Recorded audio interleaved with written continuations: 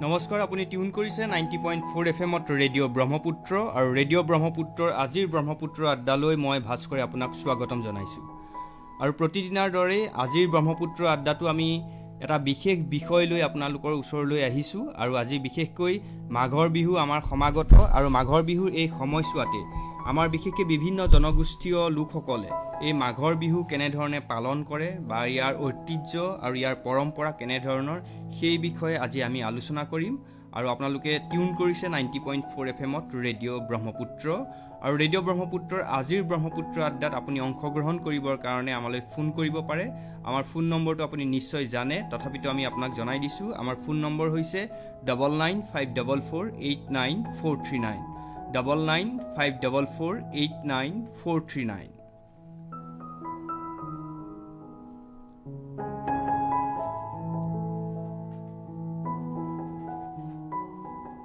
আমি সকলোৱে জানো যে পুহ আৰু মাঘ মাহৰ সংক্ৰান্তিৰ দিনাই আমাৰ অসমৰ প্ৰতিগৰাকী ব্যক্তি অসমীয়াই চেনেহৰ মাঘ বিহু বা ভোগালী বিহু পালন কৰে। আৰু বিশেষকৈ কৃষিজীৱী অসমীয়াই বছৰ জুৰি কৰা পৰিশ্ৰমৰ অৱসাদ দূৰ কৰিবলৈ পালন কৰা এই ভোগৰ উৎসৱেই হৈছে ভোগালী বা মাঘৰ বিহু। আৰু মাঘৰ বিহু বা ভোগালী বিহুৰ এক নিজা ঐতিহ্য আৰু পৰম্পৰা আছে। বিশেষকৈ বৃহত্তৰ অসমীয়া সমাজখনৰ মেৰুদণ্ডস্বৰূপ বিভিন্ন আমাৰ যিসকল জাতি জনগোষ্ঠীয় লোকসকল আছে, বিশেষকৈ মৰাণ, মটক, চুতীয়া, কছাৰী, কোচ, কৰ্বত্য, মিচিং, দেউৰী, সোণোৱাল কছাৰী, বড়ো, চাহ জনগোষ্ঠীয়, হাজং, বানাই লোকসকলৰ লগতে আমাৰ অসমত বসবাস কৰা মুছলমান সম্প্ৰদায়ৰ বিশেষকৈ গৰীয়া, মৰীয়া, দেশী, জোলা, ভাটিয়া বা অন্যান্য জাতি জনগোষ্ঠীৰ লোকসকলে নিজা নিজা পৰম্পৰা আৰু কৃষ্টি সংস্কৃতিৰ মাজেদি এই ভোগালী বিহু অতীজৰ পৰা পালন কৰি আহিছে। আৰু ঠিক একেদৰে আমাৰ ভাৰতৰ বিভিন্ন ৰাজ্যত আমাৰ মাঘ বিহুৰ দৰেই তেওঁলোকে মকৰ সংক্ৰান্তি তেওঁলোকৰ নিজস্ব নাম আৰু পৰম্পৰাৰ মাজেদি তেওঁলোকে পালন কৰি আহিছে। এতিয়া আমি যদি চাওঁ, অসমত যেনেধৰণে মাঘ বিহু পালন কৰা হয় বা ভোগালী বিহু পালন কৰা হয়, ঠিক একেদৰেই অসমৰ বাহিৰৰ যিসকল ৰাজ্য আছে, যিবিলাক ৰাজ্য আছে, সেই ৰাজ্যবিলাকতো মাঘ বিহু বা ভোগালী বিহু মকৰ সংক্ৰান্তি পালন কৰা হয়। আৰু ঠিক একেদৰেই অসমত কৰ্ণাটকলৈ যদি আমি চাওঁ, কৰ্ণাটকত চুগি নামেৰে পালন কৰা হয়, তামিলনাডুত পোংগল, গুজৰাটত উত্তৰায়ণ, পাঞ্জাৱত লহৰী, উৰিষ্যাত মকৰ চোলা, হাৰিয়ানাত মাঘী ৰূপে পালন কৰা হয়। আৰু অন্যান্য ৰাজ্যতো ঠিক একেধৰণেই এই মকৰ সংক্ৰান্তি বা পুহ আৰু মাঘ মাহৰ সংক্ৰান্তিৰ দিনটোত বা মকৰ সংক্ৰান্তি তেওঁলোকে পালন কৰি আহিছে। আৰু আমি যদি চাওঁ, সকলো জনগোষ্ঠীৰ লোকসকলে আমাৰ অসমত, বিশেষকৈ অসমত সকলো জনগোষ্ঠীৰ লোকসকলে মাঘ বিহু বা মকৰ সংক্ৰান্তি পালন কৰে আৰু তেওঁলোকৰ এটা নিজা নিজা পৰম্পৰা আছে বা এক ঐতিহ্য আছে। আৰু বিভিন্ন জনগোষ্ঠী বা সম্প্ৰদায়ৰ লোকসকলৰ মাজত প্ৰচলিত মাঘ বিহু বা মকৰ সংক্ৰান্তিৰ পৰম্পৰা আৰু ঐতিহ্যৰ বিষয়ে জানিবৰ বাবেই আজিৰ ব্ৰহ্মপুত্ৰ লাইভলৈ আমি কেইবাগৰাকীও ব্যক্তিক আমি আমন্ত্ৰণ কৰি আনিছোঁ। আৰু প্ৰথমে আমি আপোনালোকৰ সৈতে তেওঁলোকক চিনাকি কৰাই দিব বিচাৰিছোঁ। আমাৰ সৈতে উপস্থিত আছে আমাৰ ডিব্ৰুগড়ৰে শ্ৰীমতী শ্ৰীযুতা মোহিনী দেউৰী বাইদেউ। আজিৰ অনুষ্ঠানলৈ আপোনাক স্বাগতম জনাইছোঁ।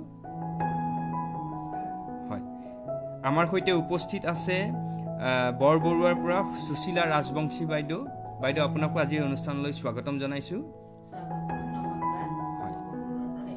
হয়, আজি আমাৰ সৈতে উপস্থিত আছে ডিব্ৰুগড়ৰে বিশিষ্ট সাংবাদিক ললিত শৰ্মা দা। হয়, আমি আপোনালোক তিনিওকে আজিৰ অনুষ্ঠানলৈ স্বাগতম জনাইছোঁ। আৰু কেইবাগৰাকীও ব্যক্তি আমাৰ সৈতে উপস্থিত থাকিব। তেওঁলোক আমাৰ পৰা ডিব্ৰুগড়ৰ পৰা যথেষ্ট দূৰত থকাৰ কাৰণে তেওঁলোকৰ সৈতে আমি ফোন লাইনত কথা পাতিম, ফোনৰ জৰিয়তে কথা পাতিম। বিশেষকৈ হাজং সম্প্ৰদায়ত কেনেধৰণে মাঘ বিহু বা ভোগালী বিহু পালন কৰা হয় সেই বিষয়ে আমি সদানন্দ হাজং, তেওঁ শদিয়াত উপস্থিত আছে, সদানন্দ হাজঙৰ সৈতে আমি কথা পাতিম। ঠিক একেদৰে আমাৰ মুছলমান সম্প্ৰদায়ৰ বা লোকসকলে কেনেধৰণে মাঘ বিহু পালন কৰে অসমত, তেওঁলোকৰ সেই বিষয়ে আমি বাবুজান আলী, তেওঁ তিনিচুকীয়া আৰু টেহান চাহ বাগিচাৰ, তেওঁৰ সৈতে আমি কথা পাতিম ফোন লাইনৰ যোগেদি। আমাৰ ঠিক একেদৰে দধিয়াত, আমাৰ ডিব্ৰুগড়ৰে দধিয়া কাৰ্মি চুকত দেৱ পাইত উপস্থিত আছে। তেওঁ মিচিং সম্প্ৰদায়ত বা আমাৰ দধিয়া অঞ্চলত কেনেধৰণে মাঘ বিহু পালন কৰা হয় সেই বিষয়ে আমি তেওঁৰ পৰা জানিব পাৰিম। আৰু আজি আমাৰ সৈতে উপস্থিত থাকিব শ্ৰীমতী মিনতী বিন্ধানী, তেওঁৰ ঘৰ উৰিষ্যাৰ তেওঁ ঘৰ উৰিষ্যাত। তেওঁৰ সৈতে আমি বিশেষকৈ উৰিষ্যাত লোকসকলে কেনেধৰণে মাঘ বিহু পালন কৰে বা মকৰ সংক্ৰান্তি পালন কৰে সেই বিষয়ে আমি বাইদেউৰ পৰা জানিম।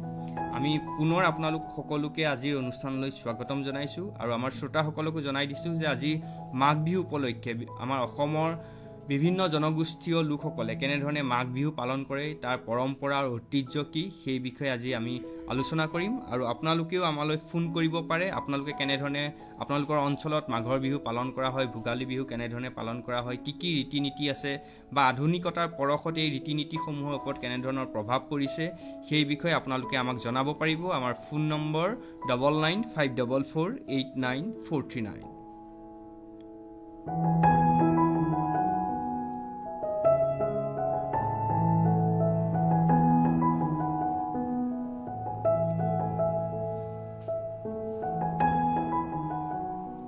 এতিয়া আমি যদি চাওঁ মাঘ বিহুৰ কথা যদি আমি চাওঁ, মাঘ বিহু সাধাৰণতে এক ধৰ্মীয় উৎসৱ হিচাপে নামানি অসমত এক জাতীয় উৎসৱ হিচাপে পালন কৰা হয় বা এক কৃষিভিত্তিক উৎসৱ হিচাপে পালন কৰা হয়।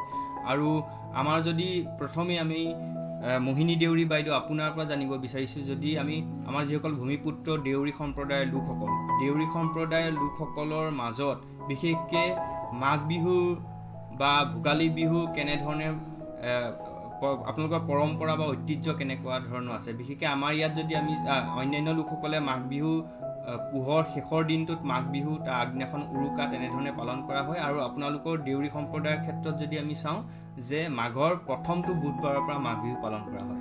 এতিয়া সেই বিষয়ে আমি আপোনাৰ পৰা জানিব বিচাৰিছোঁ যে দেউৰী সম্প্ৰদায়ৰ লোকসকলৰ ক্ষেত্ৰত আপোনালোকে মাঘ বিহু কেনেধৰণে কি পৰম্পৰাৰ মাজেদি পালন কৰে? ধন্যবাদ। আঘোণ মাহৰ ধান কাটি শেষ হোৱাৰ পিছত প্ৰায় মাঘ বিহুৰ তৈয়াৰী কৰে, সাজু হয় মাঘ বিহুৰ কাৰণে। তেওঁলোকে মেজি জ্বলাবৰ কাৰণে খৰি আদি ডেকাসকলে গছ কাটে, খৰি কাটে, এইবোৰৰ কাৰণে সাজু কৰি ৰাখে। তাৰপিছত আমাৰ প্ৰত্যেকটো পূজা পাৰ্বণ বিহু আমাৰ দেওঘৰ যিটো দেৱী গোসাঁনীৰ লগত সম্বন্ধ থাকে, তো দেওঘৰত গৈ পিনে 10 দিন বা এসপ্তাহৰ আগতে, বিহুৰ এসপ্তাহৰ আগতে গৈ পিনে চাফ চিকুণ কৰে দেওশালটো। তাৰপিছত তাত মানে প্ৰত্যেক ঘৰৰ পৰা আনি কলৰ থোক পুতি ৰাখে। সাধাৰণতে পূজাৰ সময়ত যিহেতু মাঘৰ প্ৰথম বুধবাৰে পূজা ভাগ কৰা হয়, পূজা ভাগৰ কাৰণে এসপ্তাহ বা 10 দিনৰ আগতে কল পকিবলৈ সময় লাগে যিহেতু, সেইকাৰণে তেওঁলোকে কলৰ থোকবোৰ আনি পিনে প্ৰত্যেক প্ৰায়বিলাক ঘৰৰ পৰা আনি পিনে আগতে তেনেকৈ কৰিছিলে, আনি পিনে কলৰ থোকখিনি পুতি ৰাখে এটা জেগাত পকিবৰ কাৰণে, ঢাকি ৰাখে পুতি। সেই তাৰ পৰাই আৰম্ভ হয় মাঘৰ বিহুৰ মাঘৰ বিহুৰ কাৰণে সাজু হয় আৰু ধৰি লওক।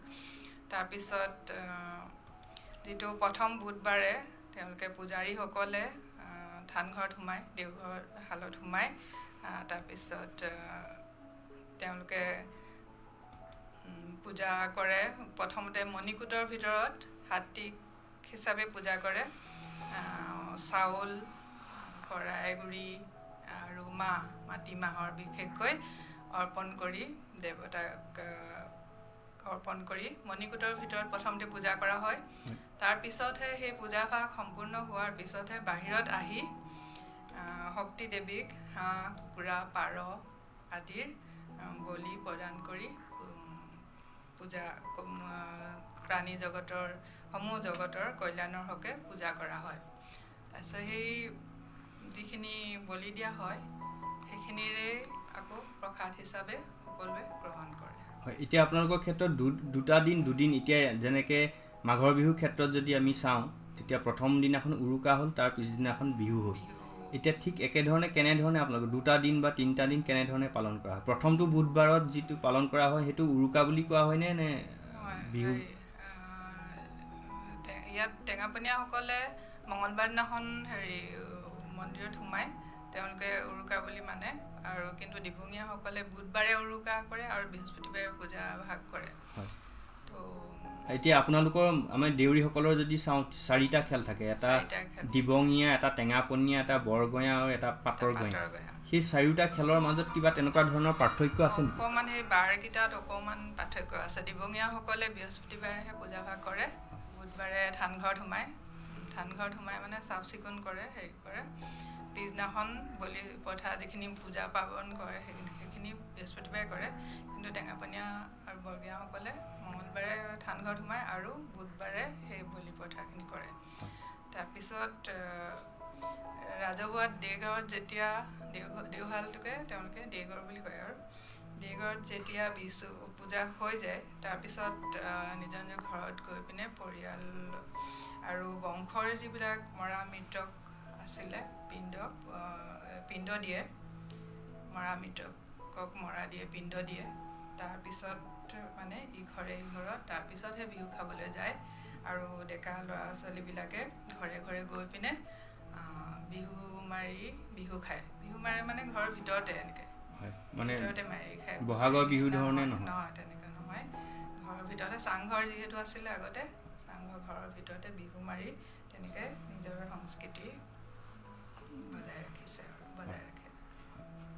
এতিয়া আমি সুশীলা বাইদেউ আপোনাৰ ওচৰলৈ আহিব বিচাৰিছোঁ। বিশেষকৈ আমি যদি চাওঁ চাহ জনগোষ্ঠীয় লোকসকলৰ যিখিনি একদম পূৰ্বতে যিখন ব্ৰিটিছৰ আগৰ যিখিনি সময়ত যদি পূৰ্ববংগ বা অন্যান্য উৰিষ্যা অন্যান্য সেইখিনি অঞ্চলৰ পৰা তেওঁলোক আহি পেলাই ইয়াত অসমত তেওঁলোকে কৰ্মসূত্ৰে বুলি কৈছোঁ, কৰ্মসূত্ৰে তেওঁলোকে আহিলৈ এতিয়া বিভিন্ন পৰম্পৰাৰ মাজেদি তেওঁলোকে মাঘৰ বিহু পালন কৰি আহিছে, বা আমি মাঘৰ বিহু বুলিয়ে কওঁ বা টুচু পূজা বুলি কওঁ।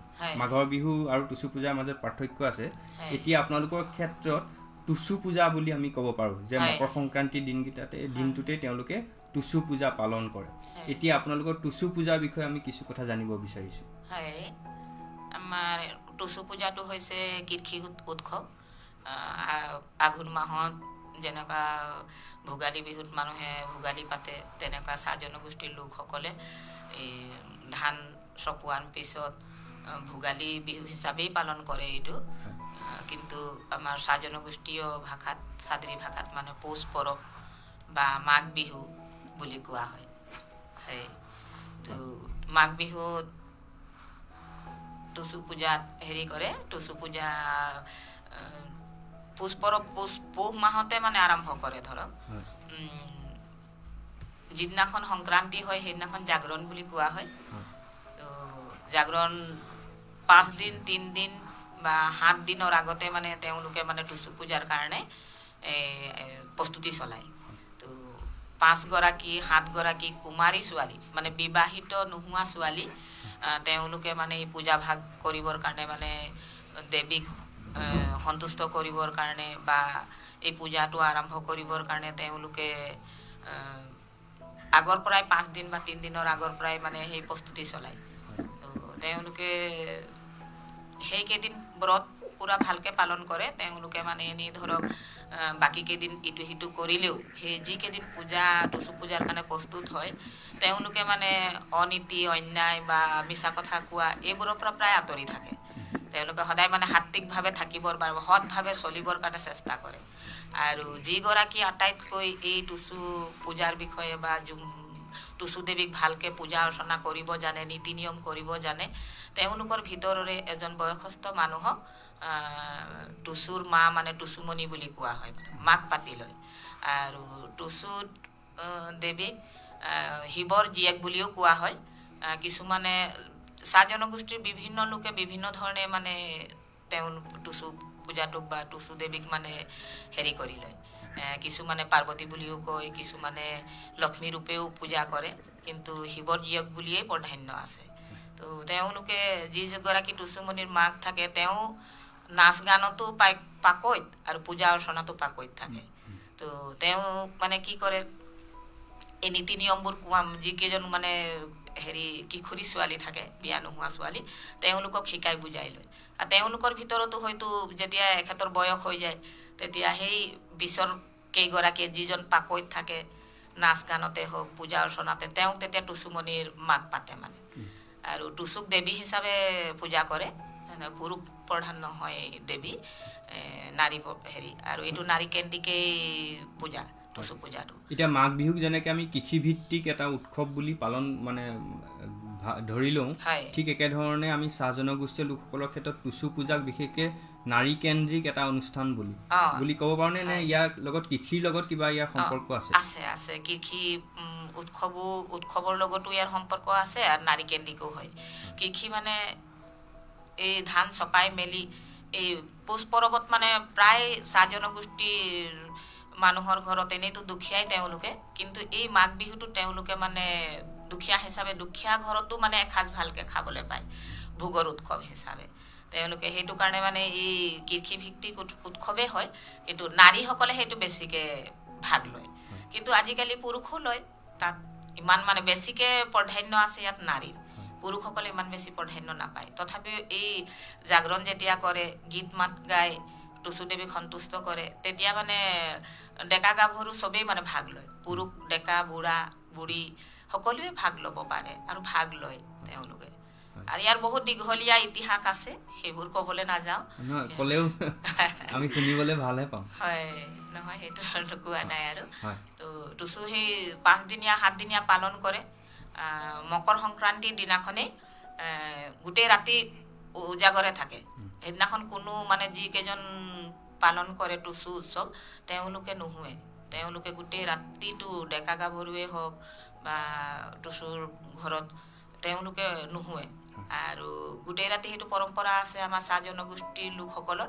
গোটেই ৰাতিটো উজাগৰে থাকি পিঠা পনা বনাই পুহ মাহত, আৰু মাঘৰ প্ৰথম দিনাখনেই ৰাতিপুৱা গা পা ধুই মেজি জ্বলায় আৰু সেই পিঠা পনাবোৰ খাই মানে আগত টুচু দেৱীক অৰ্পণ কৰে আৰু মেজিও জ্বলায়। মাঘ বিহুত যেনেকুৱা আমাৰ অসমীয়া ভোগালী বিহুৰ মেজি জ্বলায়, ঠিক তেনেকুৱা ভোগালী বিহুততো মেজি নজ্বলায়ে চাগে, ভোগালী বিহুতে মাঘৰ বিহুতে মেজি জ্বলায়। তেতিয়া আমাৰো তেনেকুৱা মানে হেৰি কৰে, মেজি জ্বলায়, ৰাতিপুৱা খৰিৰ সৈতে দিয়ে আৰু বয়সস্থ মানুহ এজনে মেজি জ্বলায় আৰু তাতে যিখিনি ৰাতি পিঠা পনা বনায় সেইখিনি অৰ্পণ কৰা হয়।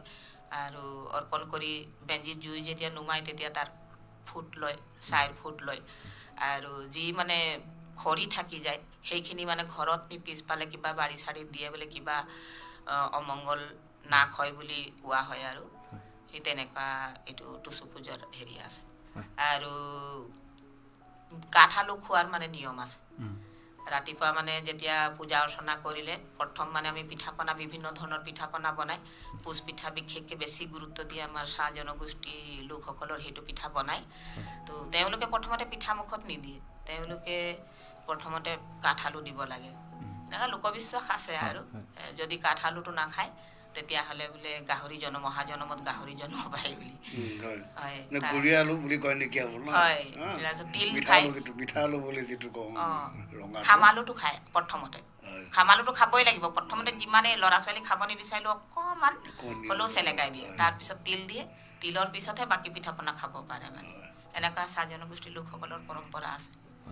আৰু মেজি জ্বলাওঁতে শিমলু দিয়ে, শিমলু কাঠ দিয়ে, মানে সেইবোৰ পৰম্পৰা আছে, বহুত পৰম্পৰা আছে। আমি এতিয়া নতুনকৈ মানে ইমান বেছিকৈ নাজানো, যিখিনি চকুৰ আগত দেখিছোঁ সেইখিনি বৰ্ণনা কৰিছোঁ।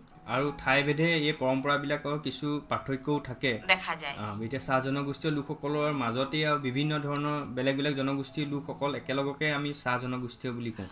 উৰিয়া আছে, চাওতালী আছে, তাৰপিছত কৰ্মকাৰ আছে, মুণ্ডা আছে।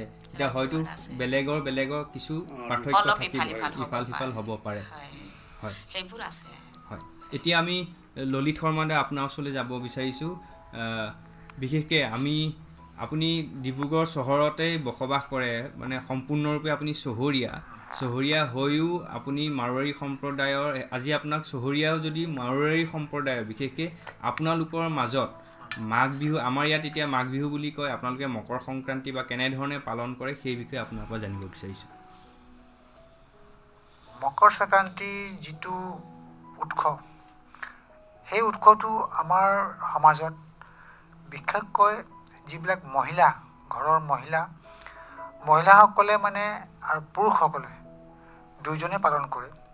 কিন্তু মহিলাসকলে ব্ৰত ৰাখে, মানে আমাৰ সেইদিনাখন দান নকৰালৈকে মুখত চাহ বা পানী একো নাখায়।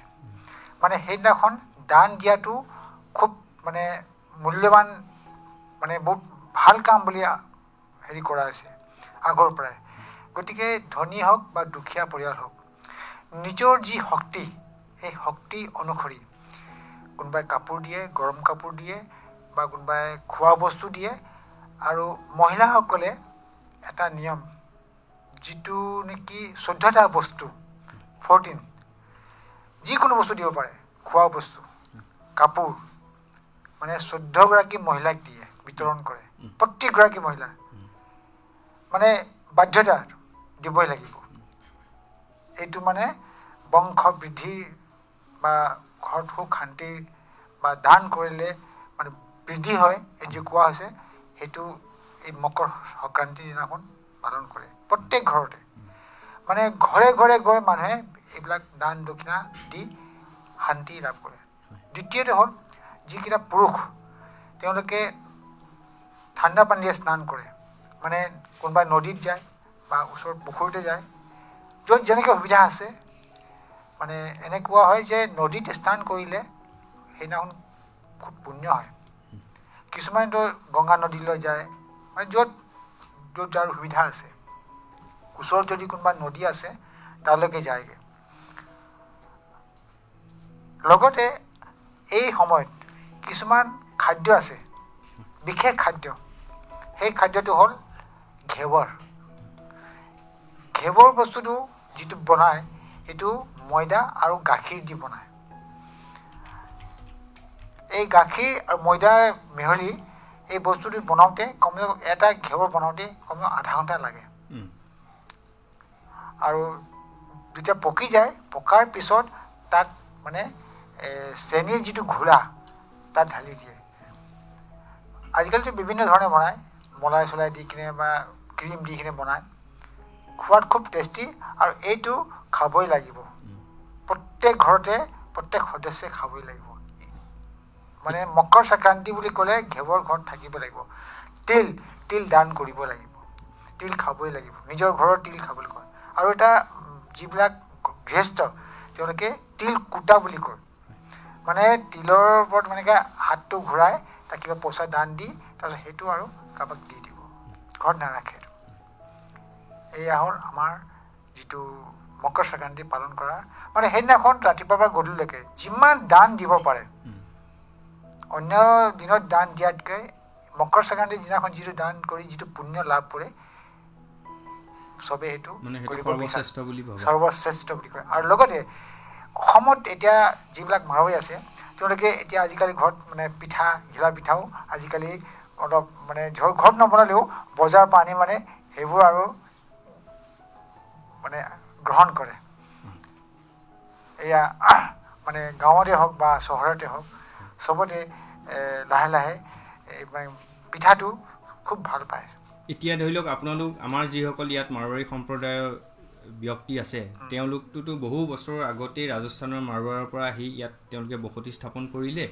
আৰু এতিয়াও আপোনালোকৰ ৰাজস্থানৰ লগত এটা সম্পৰ্ক এতিয়াও আছেই, কিন্তু আপোনালোক হৈ গ'ল একেবাৰে চহৰীয়া, যাৰ কৃষি কৰ্মৰ লগত এতিয়া হয়তো সম্পৰ্ক নাই, সম্পূৰ্ণৰূপে বাণিজ্যিকভাৱে আপোনালোক জড়িত।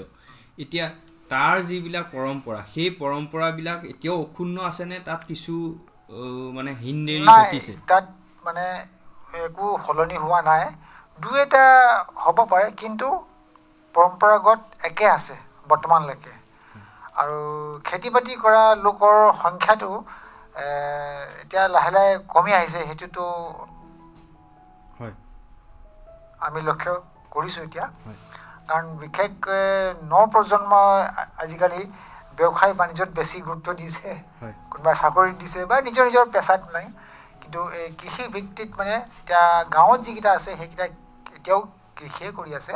আৰু যিবিলাক পৰম্পৰাগতভাৱে মকৰ সংক্ৰান্তি তেওঁলোকে পালন, যিটো নিয়ম সেই নিয়মমতে পালন কৰি আহিছে। আৰু লগতে আৰু এটা কথা সুধি ল'ব বিচাৰিছোঁ, বিশেষকৈ অসমত এতিয়া মাঘ বিহু পালন কৰা হয়। তাত প্ৰথম দিনাখন উৰুকা, তাৰ পিছদিনাখন মাঘৰ বিহু।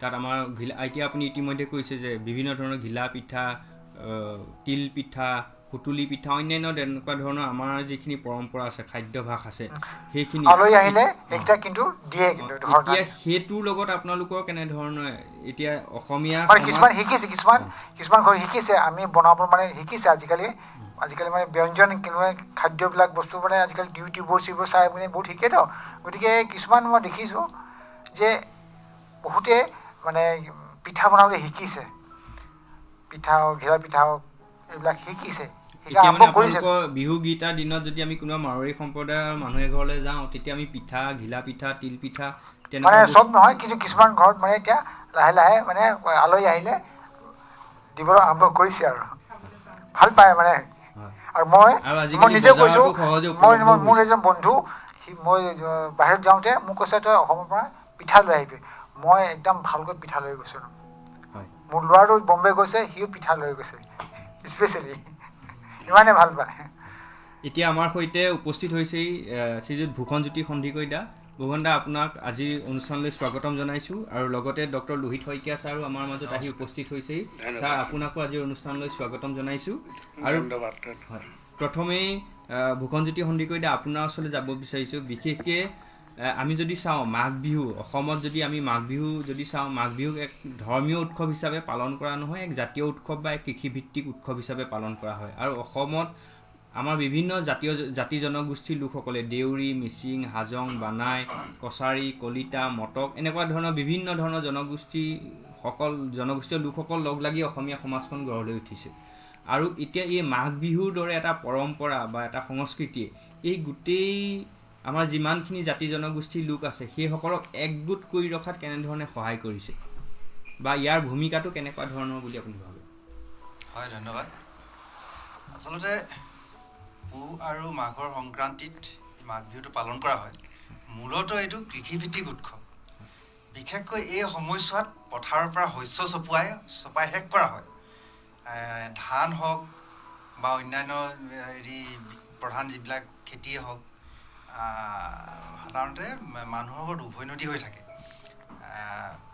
গতিকে ভোগৰ সামগ্ৰীবিলাক মানুহৰ ঘৰত থাকে বিশেষকৈ জনগোষ্ঠীয় লোকসকলৰ প্ৰধানকৈ কৃষি প্ৰধান আৰু এই লোক উৎসৱবিলাক কৃষিৰ ওপৰত ভিত্তি কৰিয়ে প্ৰধানকৈ সৃষ্টি হৈছে গতিকে মাঘ বিহু এটা কৃষি প্ৰধান উৎসৱ লোক উৎসৱ আৰু ঋতুকালীন উৎসৱ গতিকে যিটো ঋতুত যিধৰণে তাৰ পৰিৱেশ হয় তাৰ শস্য উৎপাদন হয় সেই শস্য উৎপাদনৰ ওপৰত বা প্ৰাকৃতিক পৰিৱেশৰ ওপৰত ভিত্তি কৰি উৎসৱবিলাক হয় আৰু আমাৰ অসমীয়া সমাজখন মূলতঃ জনগোষ্ঠীয় সমাজ জনজাতীয় সমাজ আৰু ইয়াত মানুহ কৃষিভিত্তিক জীৱন আৰু জীৱিকা নিৰ্বাহ কৰে গতিকে কৃষিক কেন্দ্ৰ কৰি এই মাঘ বিহুটো বা ভোগালী বিহু সেইকাৰণে ইয়াক ভোগালী বিহু বুলি কৈছোঁ আমি আৰু সকলো জনগোষ্ঠী অসমৰ সকলো জনগোষ্ঠীয়ে যিহেতু কৃষিজীৱী গতিকে সকলোৰে মাজত এই মাঘ বিহুৰ পৰম্পৰাটো আছে আৰু যিহেতু একে সময়তে এই উৎসৱটো পালন কৰা হয় গতিকে সকলো জনগোষ্ঠীৰ মাজত এটা ঐক্য বা যিটো তেওঁলোকৰ মাজত এটা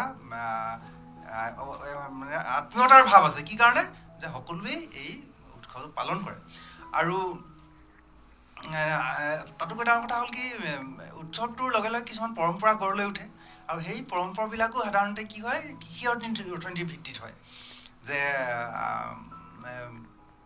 বিভিন্ন ধৰণৰ পিঠা পনা বনাই ভোজ ভাত খায় বিভিন্ন ধৰণৰ জা জলপান প্ৰস্তুত কৰে কিন্তু যিহেতু আমাৰ বৃহত্তৰ অসমীয়া সমাজখনত এটা ধৰ্মীয় পৰম্পৰা মানে বৈষ্ণৱ পৰম্পৰা এটা আহি গ'ল এতিয়া বৈষ্ণৱ পৰম্পৰাই কিছু ক্ষেত্ৰত ইয়াত কিছুমান ৰীতি নীতি নামঘৰীয়া ৰীতি নীতি হয়তো সোমাই গৈছে কিন্তু অসমৰ সকলো জনগোষ্ঠী যিহেতু বৈষ্ণৱ নহয় বুদ্ধিষ্ট আছে বিশেষকৈ এটা আমাৰ তাই ফাকেই হওক চিংফৌ হওক বা শ্যামসকলে হওক এটা বৃহত্তৰ জনগোষ্ঠী বুদ্ধিষ্টও আছে গতিকে এই আমাৰ যিসকল বৈষ্ণৱ পৰম্পৰাৰ লোক তেওঁলোকৰ বৈষ্ণৱ পৰম্পৰা কিছুমান সোমাই গৈছে যিসকল জনগোষ্ঠীয়ে বুদ্ধ ধৰ্ম পালন কৰিছে তেওঁলোকৰ কিছুমান বুদ্ধিষ্ট পৰম্পৰা সোমাই গৈছে হয়তো তেওঁলোকে বিহুৰ প্ৰথম দিনাই বুদ্ধ বিহাৰলৈ গৈ তাত তেওঁলোকে সেৱা কৰে বা আমাৰ বৃহত্তৰ অন্যান্য যিসকল বুদ্ধিষ্ট নহয় মানে বৈষ্ণৱ হৈ গৈছে বা শংকৰ হৈ গৈছে, তেওঁলোকে হয়তো নামঘৰলৈ যায়। তেনেকুৱা ধৰণৰ কিছুমান এটা ধৰ্মীয় মৃদু ফৰক আছে,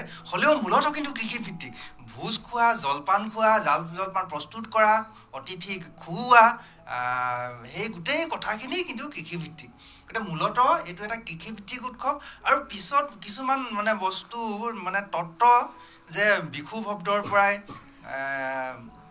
এই বিহু সংক্ৰান্তি মানে উত্তৰায়ণ, সূৰ্যৰ উত্তৰায়ণৰ ফলস্বৰূপে এই সময়ছোৱাত সূৰ্য উত্তৰ দিশলৈ যায়। বা কিছুমানে বহুতে কয় যে মেজি জুইকুৰা জ্বলাই ভীষ্মৰ সহদাহ কৰা হয়, যি তেনেকুৱা ধৰণৰ কিছুমান আখ্যান আছে। কিন্তু আখ্যানবিলাক যিমান থাকিলেও মূলতঃ এইটো প্ৰকৃতিৰ উৎসৱ আৰু কৃষিৰ উৎসৱ। জুইকুৰা যদিও বিভিন্ন তাত ব্যাখ্যা দিব পাৰে, জুইকুৰা কাৰোবাৰ চিতা জ্বলোৱা হৈছে বা জুইকুৰা কিবা এটা প্ৰতীকী অৰ্থত ব্যৱহাৰ কৰা হৈছে ক'ব পাৰে, কিন্তু জুইটো হৈছে মানৱ সভ্যতাৰ বিকাশৰ আদিম অৱস্থাৰ পৰা সভ্যতাৰ বিকাশত জুয়ে যিটো অৰিহণা যোগাইছে, সেইটো কেন্দ্ৰ কৰি আচলতে কৃষিৰ অৰিহণাটো যেনেকৈ এটা জুম খেতি কৰোঁতে হাবিবিলাক জ্বলাই দিয়া হয়, জুই তাত দৰকাৰ হয়, বা হাবি ভাঙোতে জুই জ্বলাই তাত ছাই কৰি লৈ পোক পৰুৱা মৰে, বা আমি যেতিয়া কাতি বিহু হয় আকাশবন্তি জ্বলাওঁ, তাত পোক পৰুৱা মৰিবৰ কাৰণে জুই জ্বলোৱা হয়। গতিকে জুইটো এটা অৰ্থনীতিৰ লগত সম্পৰ্ক থকাই বস্তু। হয়তো পিছৰ পৰ্যায়ত আমি তত্ত্বগতভাৱে কিছুমান আখ্যান আৰোপ কৰিব পাৰোঁ, ধৰ্মীয় আখ্যানো তাত আৰোপ কৰিব পাৰোঁ, কিন্তু মূলতঃ এইটো কৃষিভিত্তিক উৎসৱ। হয়, ধন্যবাদ জনাইছোঁ। এতিয়া আমাৰ সৈতে ফোন লাইনত উপস্থিত আছে উৰিষ্যাৰ ময়ূৰভঞ্জ জিলাৰ পৰা শ্ৰীযুতা মিনতি বিনন্দানী মেডাম। हेलो जी हाँ। मैं लाइन पे हूँ। हाँ, आपको कम से कम 5 मिनट्स तो आपको हमने लाइन पे रखा, उसके लिए पहले सॉरी। और ठीक है, कोई हाँ, बात नहीं। और हम रेडियो ब्रह्मपुत्र से बोल रहे हैं, आपसे बात ऑलरेडी हुआ था। जी। आज हम बेसिकली मकर संक्रांति के ऊपर एक live radio programme radio Brahmaputra में हो रहा है, और उसमें हमारा अलग अलग जो भी एथनिक ग्रुप्स के अंदर कैसे ये मकर संक्रांति पालन किया जाता है उसके बारे में आज हमारा बातचीत हो रहा है। और आपने भी हमें परमिशन दिया कि उड़ीसा में आपका वहाँ पे कैसे मकर संक्रांति पालन किया जाता है उसके बारे में आप बोलेंगे, तो इसलिए आपको हम बहुत थैंक्स देते हैं। और हम हमारे श्रोता को बता देते हैं कि हमारे श्रोताসকলক কৈ দিছোঁ যে আমাৰ সৈতে ফোন লাইনত আছে মিনতি বিনন্দিনী। তেওঁ ৰেডিঅ'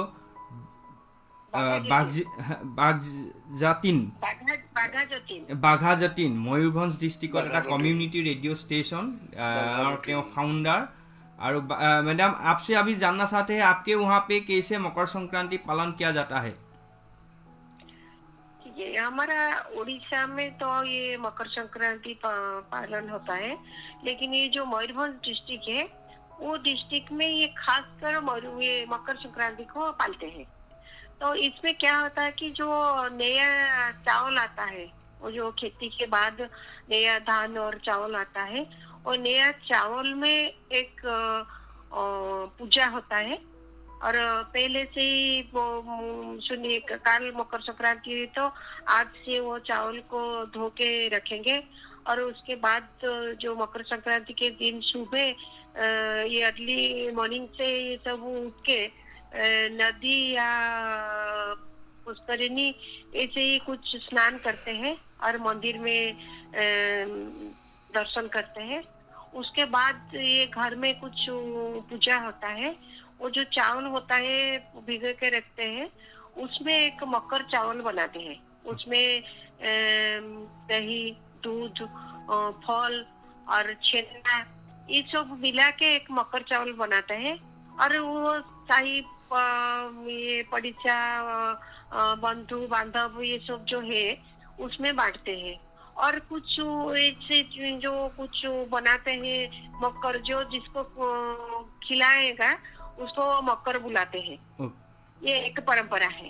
दूसरा एक परंपरा है, उसमें एक पिठा बनता है, आरिसा पिठा उसको बोलते हैं। हाँ। वो गुड़ और नया चावल जो होता है, हाँ। उसमें एक पिठा बनता है, और ये पिठा बहुत स्वादिष्ट है।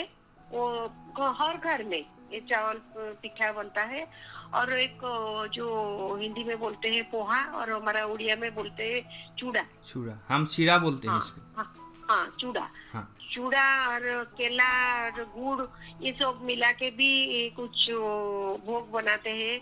और हमारा जो भगवान होते हैं उनके पास वो अर्पण करते हैं। खासकर ये जो मकर चावल होता है वो मकर चावल को अर्पण करते हैं। और फिर ये कुछ मेला वगैरह वो होता है, मकर मेला। हाँ, मयूरभंज मेला, डिस्ट्रिक्ट में भी हाँ, होता हाँ, है एक मकर मेला, मेला शायद कुछ बहुत होता बड़ा है मेला। जो साधु संत होते हैं उसका एक धुनी जलता है। वो 7 दिन 5 दिन ऐसे ही कुछ उनका प्रोग्राम होता है। उसमें एक आग लगा के कुछ जलाते रहते हैं और वो जितना दिन उनका मेला चलता है वो चलता रहता है। उसके बाद जैसे ये यज्ञ होता है हाँ। ऐसे ये चलाते हैं और उसके बाद फिर ये आग को लिभाते हैं।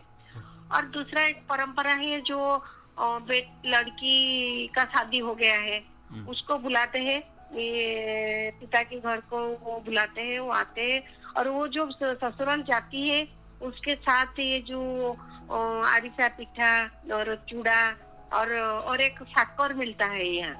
वो एक चीनी या गुड़ से बनता है साकर। वो भी वो ससुराल का देते हैं, वो उनको एक गिफ्ट की तरह ये ससुराल में वो लड़की लेके जाते हैं। और लड़की नहीं आती तो उसके घर में भी भेजा जाता है ये सब। और हमारे यहाँ पे जैसे मेजी जलाते हैं, मेजी मीन्स वो आगुन जलाते हैं, लकड़ी को लेके आगुन जलाते हैं। हाँ हाँ, लकड़ी में जलाते हैं। हाँ, ऐसा परंपरा है आपके वहाँ पे भी शायद? जी जी जी जी जी।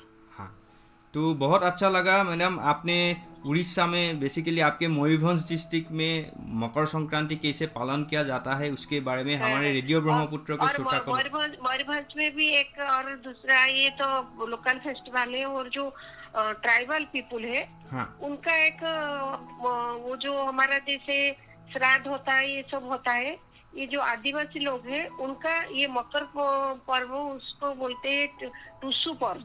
हाँ। ये आदिवासी इलाके में। हाँ। उसमें वो उनका जो हमारा जैसे ये जाते हैं इलाहाबाद जाते हैं, गया जाते हैं, ये हम लोग को पिंडदान करते हैं। हाँ। उनका एक दामोदर यात्रा होता है आदिवासी लोगों का। हाँ। वो जाके ये मयूरभंज में होता है।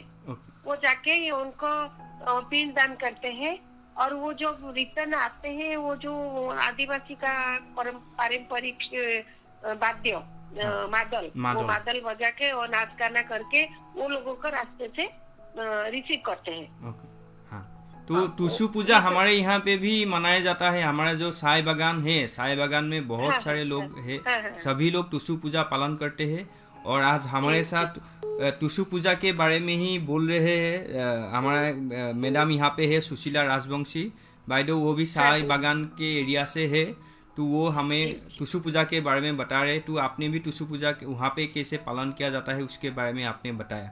और आपके घर में अभी जैसे कल परसों को मकर संक्रांति रहेगा, तो आपका अभी प्रिपरेशन कैसा है? ये हमारा तो प्रिपरेशन ये जो घर में साफ सुथरा ये सब होता है। और ये पहले से ही जो मकर संक्रांति के पहले दिन वो जो पिठा बनाते हैं ये सब वो बना के घर साफ सुथरा करके और प्रिपेयर रहते हैं ये मकर संक्रांति कैसे करते हैं। और एक परंपरा है जो खेती होता है, जो धान का पेड़ होता है वो खेती में एक रखते हैं और उसी दिन जो मकर संक्रांति होता है उसको एक पेड़ को रखते हैं और उसी दिन लाके घर में उसको भी पूजा कराते हैं। हाँ। तो बहुत अच्छा लगा मैडम, आपने बहुत विस्तार से हमें बताया आपके वहाँ पे मयूरभंज डिस्ट्रिक्ट में कैसे मकर संक्रांति पालन किया जाता है। टुसु पूजा के बारे में भी आपने कुछ बताया, आपके वहाँ पे कैसे जो आदिवासी लोग हैं कैसे पालन किया जाता है। और हमारे रेडियो ब्रह्मपुत्र को श्रोता को भी आज बहुत नया कुछ सुनने के लिए मिला। बेसिकली हम यहाँ से कितना दूर है, उड़ीसा में क्या हो रहा है उसके बारे में हमें जानने के लिए मिला। तो हमारे रेडियो ब्रह्मपुत्र की तरफ से सभी श्रोता की तरफ से आपको हम बहुत धन्यवाद देते हैं। आपको भी धन्यवाद देती हूँ। आप आसाम से हमारा बात पहुँचा रहे हैं इसीलिए आपको बहुत बहुत बधाई। और कभी जरूरत होगा तो हम भी आपसे कुछ बात करेंगे और आपका कुछ परंपरा ये सब हमारा उड़ीसा में और मयूरभंज में हम भी ये ब्रॉडकास्ट करेंगे। हाँ धन्यवाद मैडम। धन्यवाद धन्यवाद। हाँ তো এয়া আছিলে আমাৰ শ্ৰোতাসকলে বিশেষকৈ উৰিষ্যাৰ ময়ূৰভঞ্জ জিলাত কেনেধৰণে মকৰ সংক্ৰান্তি পালন কৰা হয়, তেওঁলোকৰ কেনেকুৱা ধৰণৰ পৰম্পৰা, কেনেধৰণে পৰম্পৰাৰ মাজেৰে তেওঁলোকে পালন কৰে সেই বিষয়ে আজি তাতেই থকা আমাৰ দৰে এটা ব্ৰহ্মপুত্ৰ ৰেডিঅ' যেনেধৰণে আছে কমিউনিটি ৰেডিঅ' ষ্টেচন আছে, তাতো ৰেডিঅ' বাগজাতিন নামৰ এটা ৰেডিঅ' ষ্টেচন আছে, কমিউনিটি ৰেডিঅ' ষ্টেচন, আৰু তাৰেই তেওঁ ফাউণ্ডাৰ শ্ৰীযুতা মিনতী বিনন্দিনী তেওঁ আমাক জনালে। গতিকে আমি যথেষ্ট তেওঁক ধন্যবাদ জনাইছোঁ। আমি নতুন কিছু কথা আজি জানিব পাৰিলোঁ। এতিয়া আমি পুনৰ ডক্টৰ লোহিত শইকীয়া ছাৰ আপোনাৰ ওচৰলৈ যাব বিচাৰিছোঁ। আমাৰ এটা ফোন আহিছে, আমি ফোনটো ছাৰ ধৰি লৈছোঁ। নমস্কাৰ। নমস্কাৰ। হয় আপোনাৰ প্ৰথমে পৰিচয়টো জানিব বিচাৰিছোঁ। মই লাহোৱাল 2 নং সিংহলা গাঁও তুলিকা মেচ। হয় বাইদেউ ভালনে আপোনাৰ? ভাল ভাস্কৰদা, আপোনাৰ ভালনে? হয় ভাল, আমাৰ ভাল। আৰু অনুষ্ঠানটো শুনি আছে নিশ্চয়? শুনি আছো, অলপ ডিষ্টাৰ্ব দিছে তথাপিতো শুনি আছো আৰু মানে।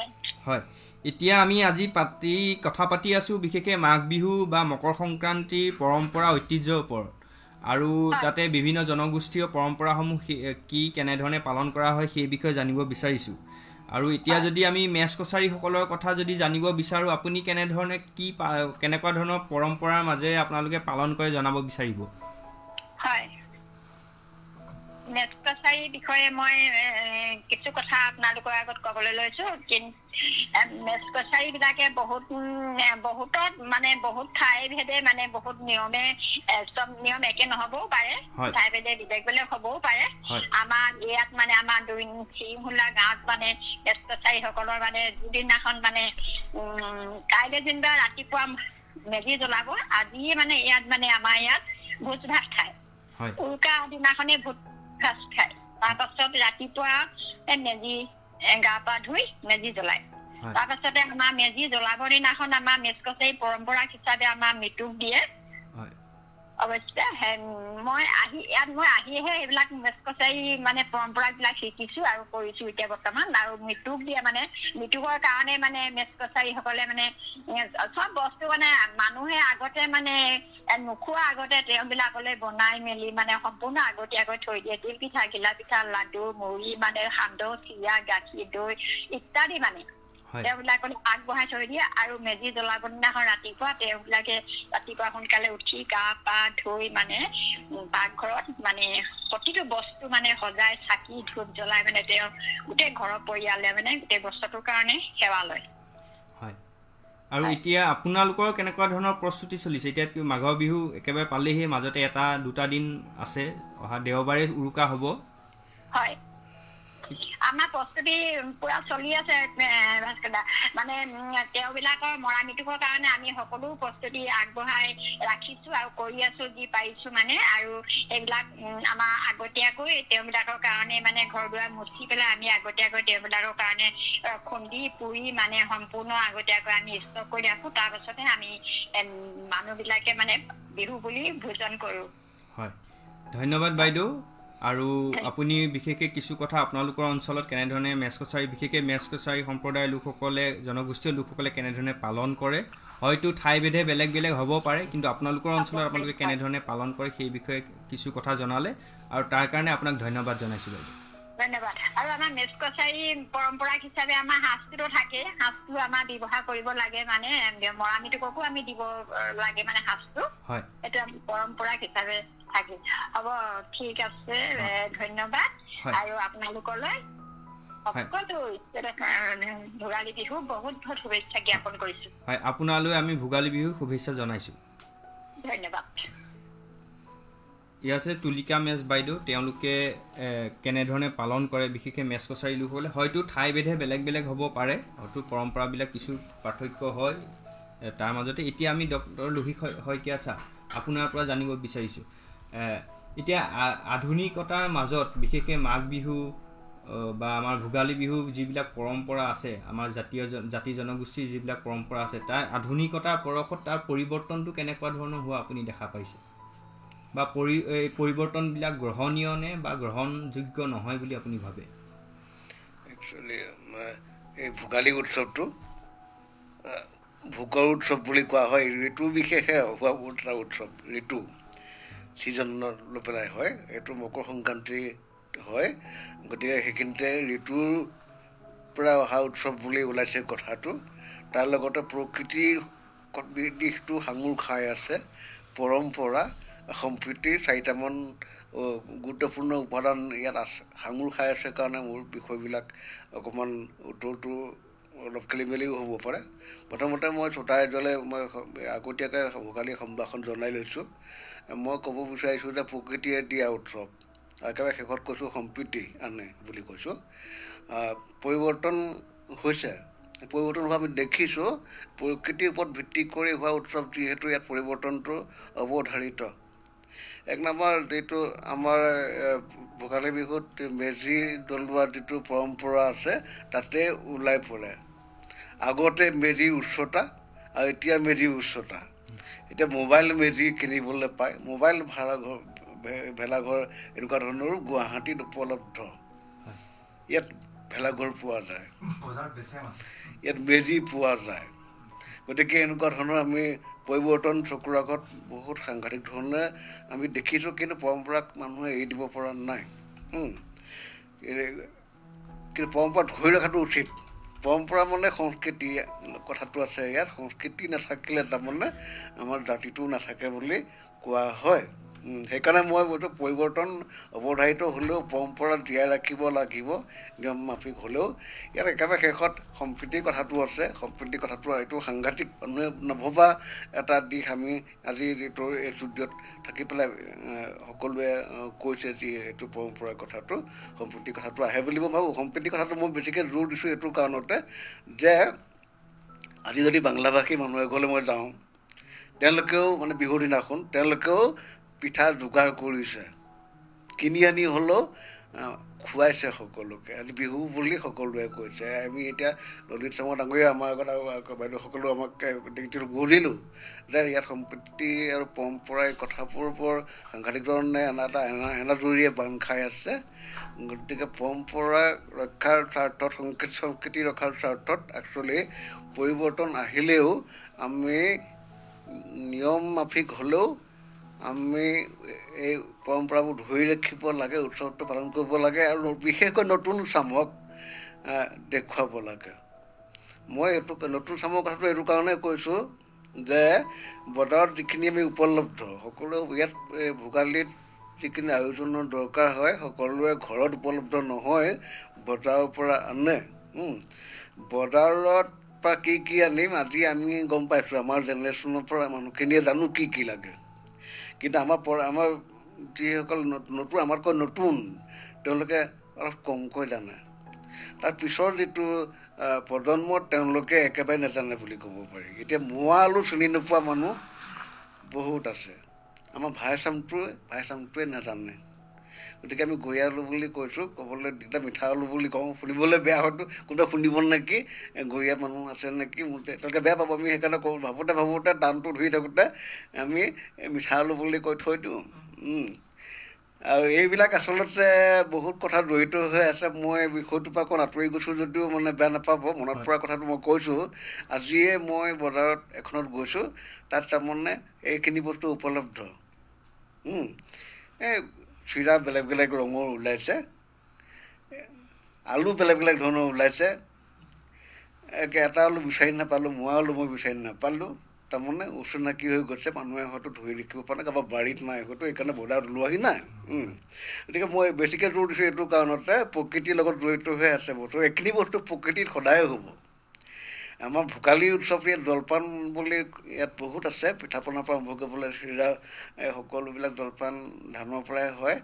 ধানটো গতিকে সংস্কৃতিটো মানে এটা সংস্কৃতিৰ লগত ধানটো জড়িত হৈ আছে। আমাৰ এনেকুৱা ধৰণৰ কোৱা হয়, আমাৰ অসমৰ কালচাৰটো ধানৰ কালচাৰ, ধান সংস্কৃতি বুলিয়েই কয়।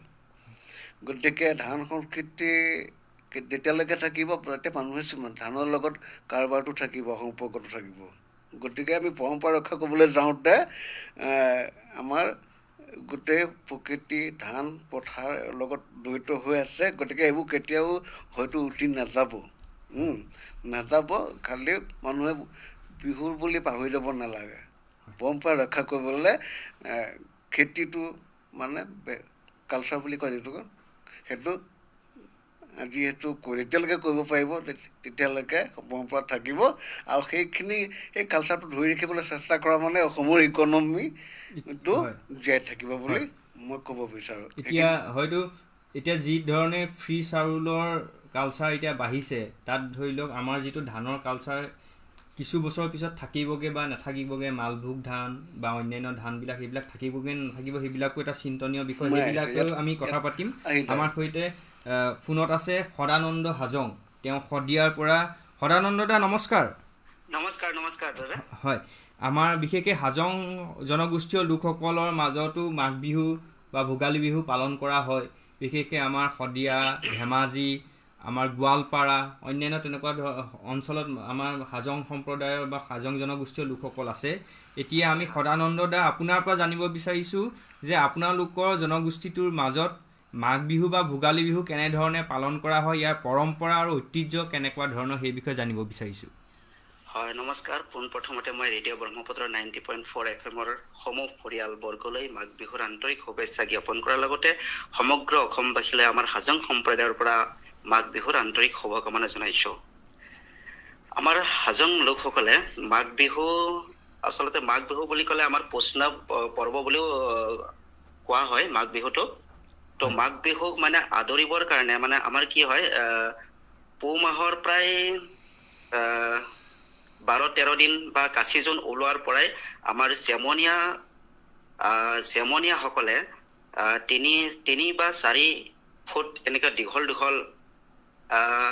টকোন লৈ মানে প্ৰত্যেক ঘৰে ঘৰে মানে এনেকে সন্ধিয়াৰ পৰা প্ৰায় মাজ ৰাতিলৈকে তেওঁলোকে মানে থুবৌ মাগা মানে এটা পৰম্পৰা তেওঁলোকে মানে উদযাপন কৰে। আৰু সেই থুবৌ মাগা পৰম্পৰাটো আচলতে আমাৰ কি এইটো কৃষিভিত্তিক উৎসৱ বুলি আমি ক'ব পাৰোঁ। আমাৰ যিটো মাঘ বিহু বা পুষ্ণা পৰ্ব মানে কি আমাৰ কৃষিভিত্তিক উৎসৱ, যিহেতু আঘোণ পুহ মাহত পথাৰৰ ধান পকাৰ পিছত ঘৰলৈ কাটি লৈহে তেওঁলোকে, আৰু সেই মানে য'ত ধানবিলাক থয় আৰু মৰণা মাৰে, সেই মৰণা মাৰা ঠাইতে মানে তেওঁলোকে চেমনীয়াসকলে খুব সুন্দৰভাৱে টকোন লৈ মানে থুবৌ মাগিবলৈ যায়। আৰু এই থুবৌ মাগাৰ এটা গীত আছে, সেই গীতটো মই আপোনালোকক মানে শুনাবৰ কাৰণে মানে চেষ্টা কৰিম। হয়। আমিও সেইটো মানে সেই পৰম্পৰাটো আমিও মানে পালন কৰি আহিছিলোঁ। থুবৌ মাগা গীতটো এনেধৰণৰ, তেওঁলোকে মানে 6-7জন এনেকুৱা দল যোৱাৰ পিছত তেওঁলোকে গৃহস্থৰ ঘৰত পোৱাৰ লগে লগে থুবা বুলি কয়। থুবা বুলি কোৱাৰ লগে লগে মানে গৃহস্থ ওলাই আহে, সকলোৱে ওলাই আহে আৰু তেওঁলোকে মানে গান গাবলৈ আৰম্ভ কৰে যে থুবা উত্তৰ দক্ষিণ ঘৰা ঘন ঘন কৰোৱা, বৰকৰাওৰে গিৰি ঘৰে বাটা ভৰা গোৱৰ মানসি জনসি খায়, মানসি জনসি খাইতে খাইতে বাঘ ভালুক পালায়, নাপালাওৰে বাফু ঘিলা তোৰা কেনে পালায়, একচিকাছা জাগা দিলে আমৰা পাছা খেলাইতে যায় গোৱাল বোলে আছে নন্দ বোলে নাই, নন্দ লাগাইৰ 13 লক্ষ বাছুৰ, গাই ডকৰে হাম্পা বাছুৰ ডকৰে পে। থুবা মানে এইটো অসমীয়া অৰ্থটো এনেকুৱা যে উত্তৰ দক্ষিণ মোৱাকৈ থকা ঘৰটোৰ ঘন ঘন ৰোৱা, মানে এই যে ৰোৱাবোৰ থাকে যে, হয়, হেৰা গৃহস্থ বতা ভৰা তামোলৰ বতাটো দিয়া, তামোল খাই বাঘ ভালুক খেদিব, বাপাহঁত তোমালোক নপলাবা, অকণমান ঠাই পালে আমি পাখা খেলিম, পাখা খেলি গোৱালপাৰা যাম, মানে সেই যে গোৱালবিলাক থাকে যে, সেইটো বুজাইছে। গোৱাল ঘৰত আছে নন্দহে নাই, নন্দৰ গাইজনীৰ 13 লক্ষ পোৱালি, গাইজনীয়ে হেম্বেলিয়াই আৰু পোৱালীয়ে পেকৈ চিঞৰে। ঠিক তেনেধৰণৰ মানে কেইবাটাও মানে গীত তেওঁলোকৰ মাজত আছে। তেওঁলোকে মানে এই চেমনীয়াসকলে মানে গৈ পৰিৱেশন কৰে। আৰু এইটো পৰিৱেশন কৰাৰ পিছত তেওঁলোকে গৃহস্থৰ পৰা মানে কিছুমান মানে সামগ্ৰী, যেনিবা চাউল, টকা, ধান, এইবিলাক গৃহস্থই তেওঁলোকক প্ৰদান কৰে। আৰু তেওঁলোকে সেইটো লৈ আহি আৰু তেওঁলোকক আশীৰ্বাদো দিয়ে যে গলি ভৰা গৰু হোক, চাং ভৰা ধান হোক, ঘৰ ভৰা হাপাল হোক, কাঞ্চি খলি হাগে থক, গিৰি গিলা ভালা ভালা ঠক। মানে এনেধৰণৰ মানে আশীৰ্বাদ তেওঁলোকক মানে দিয়ে আৰু যেনিবা জেমনীয়াসকলে। তাৰপিছত এইটো মাগি পোৱাৰ যিটো মানে পইচা, যিটো দ্ৰব্য, সেই পইচাৰে তেওঁলোকে মানে আৰু বা ধান বা চাউল পালে তেওঁলোকে বিক্ৰী কৰি পইচা সংগ্ৰহ কৰে। আৰু পইচা সংগ্ৰহ কৰি কি হয়, পুহ মাহত মানে এইফালে ৰাতিৰ ভাগত তেওঁলোকে থোবা মাগিবলৈ যায়, আৰু দিনৰ ভাগত নৰানীৰ পৰা নৰা কাটি আনি তেওঁলোকে মানে মেজি ঘৰ বনায়। আৰু মেজি ঘৰটো বনোৱাৰ মানে সেই যিদিনাখন মানে পুহ মাহৰ শেষৰ দিনা সংক্ৰান্তি নহয় জানো, আৰু সেই সংক্ৰান্তিৰ দিনাতে মানে কি হয়, তেওঁলোকে মানে একেলগে ভোজ ভাত খায়। আৰু তেওঁলোকে খোৱাৰ উপৰিও আৰু আমাৰ বাকী ৰাইজেও মানে আনন্দ ফূৰ্তি কৰিবৰ কাৰণে সেই ৰাতিটো মানে খুব ধুনীয়াকে গান বাজনা কৰি মানে সেই ৰাতিটো উপভোগ কৰে। আৰু ল'ৰা ছোৱালীবিলাকে সেই যিটো মানে মেজি ঘৰ বনায়, তাতে গৈ তেওঁলোকে মানে ভাত পানী বনাই ৰাতিটো খোৱাৰ পিছত কিছুমানে ৰাতি থাকে আৰু কিছুমানে ঘৰলৈ উভতি আহে। যিসকল সৰু একেবাৰে তেওঁলোকে ঘৰলৈ থাকিবলৈ আহে, আৰু যিসকলে ডাঙৰ তেওঁলোকে মেজি ঘৰতে ৰাতিটো কটায়, এইফালে গান বাজনা কৰি। তাৰপিছত ৰাতিটো কটোৱাৰ পিছত যেতিয়া মানে সূৰ্য উদয় হোৱাৰ ঠিক আগতেই পোহৰ এন্ধাৰ ঠিক সেই সময়তে মানে কি কৰে, তেওঁলোকে টিউবৱেলত গৈ গা পা ধুৱে, বা নদীৰ ওচৰত যদি কাষত থাকে তেতিয়াহ'লে নদীটো গৈ গা পা ধুৱে। গা পা ধোৱাৰ পিছত তেওঁলোকে মানে সেই আকৌ আহি মেজি থকা ঠাইত আহি তেওঁলোকে মানে মেজিটো জ্বলাই দিয়ে ৰাতিপুৱা। আৰু জ্বলাই দিয়াৰ পিছত খুব ধুনীয়াকে মানে তাপ লয় সিহঁতে, মানে যাতে মানে ঠাণ্ডাটো গুচি যায়। সেই তেনেকে পুষ্ণা পৰ্ব বা আমাৰ থুব মাগা যিটো পৰিৱেশন সেইটো সমাপ্ত হয়। সমাপ্ত হোৱাৰ সেইদিনাখনে যিদিনাখন মেজিত মানে কি সংক্ৰান্তিৰ দিনাখনে যিদিনাখন ভোজ ভাত খাব, সেইদিনা আকৌ মানে কি হয়, আমাৰ গৃহস্থসকলে বা আমাৰ হাজং সম্প্ৰদায়ৰ মহিলাসকলে ঢেঁকীত পিঠাগুৰি, যিটো পিঠলি গুড়া বুলি কয় আমাৰ হাজং ভাষাত, সেইটো ধানৰ পৰা সংমিশ্ৰণ কৰি ধানৰ যিটো চাউল, বৰা চাউল আৰু মানে ভাত খোৱা চাউল, ভাল চাউল, সেই চাউল সংমিশ্ৰণ কৰি তেওঁলোকে ঢেঁকীত খুন্দি লয়। কেইবাটাও পৰিয়াল লগ লাগি তেনেকে ঢেঁকীত খুন্দি লয়। কিন্তু আজিকালি কি হৈছে, মেচিন হোৱাৰ লগে লগে মানে যন্ত্ৰচালিত মেচিনৰ পৰা তেওঁলোকে মানে খুন্দিবলৈ আৰম্ভ কৰিছে মানে। আৰু ঢেঁকী প্ৰায়ভাগৰ ঘৰতে ঢেঁকী নাই ক'ব গ'লে। মেচিনত খুন্দাৰ লগে লগে কি হয়, মানে সেইটো অলপ সহজতে হোৱাৰ নিচিনা হয়। কিন্তু মেচিনত যিটো খুন্দা পিঠলি গুড়ি আৰু সেই ঢেঁকীত খুন্দা যিটো পিঠলি গুড়া, সেইটো মানে খাবৰ কাৰণে বহুত ডিফাৰেঞ্চ থাকে মানে। আঠাটো কমি যায় মেচিনত। হয়, মানে সেইটো টাইট বেছি, মানে মেচিনত যিটো খুন্দা সেইটোৰ পৰা পিঠা বনালে কি হয়, অলপ টাইট হয়। আৰু যিটো আমাৰ ঢেঁকীৰ পৰা খুন্দি যিটো পিঠা বনোৱা হয়, সেইটো মানে খুব কোমল থাকে, মানে ধুনীয়া, মানে একেবাৰে খাবলৈ বৰ সোৱাদ। তো আমাৰ মানে পিছদিনাখন এনেকে মানে পিঠা পনা বনাই, পিঠা, মুড়ি, লাৰু, তিল পিঠা, তাৰপিছত এইফালে নাৰিকলৰ লাৰু, মুড়িৰ লাৰু, আখৈ, তাৰপিছত ৰহিমত কিছুদিন আগতে প্ৰস্তুত কৰি থয়। তাৰপিছত বকনি ভাত বুলি কয়, বিচি ভাত, এই মানে সকলোখিনি খোৱা খাদ্য আমাৰ খোৱা খাদ্য মানে খোৱাৰ আগতে আমাৰ লোকসকল, মানে আমাৰ সম্প্ৰদায়ৰ লোকসকলে খোৱাৰ আগতে কি কৰে, কিছু লোকে মানে ঘৰৰ চালত দলিয়াই দিয়ে, আৰু নহ'লে কিছু লোকে আকৌ ৰাস্তাত মানে আগবঢ়াই মানে অলপ মানে কি কৰে আৰু যেনিবা চৰাই চিৰিকটিয়ে খাব। আৰু তাৰপিছত মানে আহি আকৌ পুনৰ মানে কলপাতত মেৰিয়াই আমাৰ এই গৰু, মানে গোহালিত গৰু গা পা ধুৱাই গৰুক মানে খাবলৈ দিয়ে।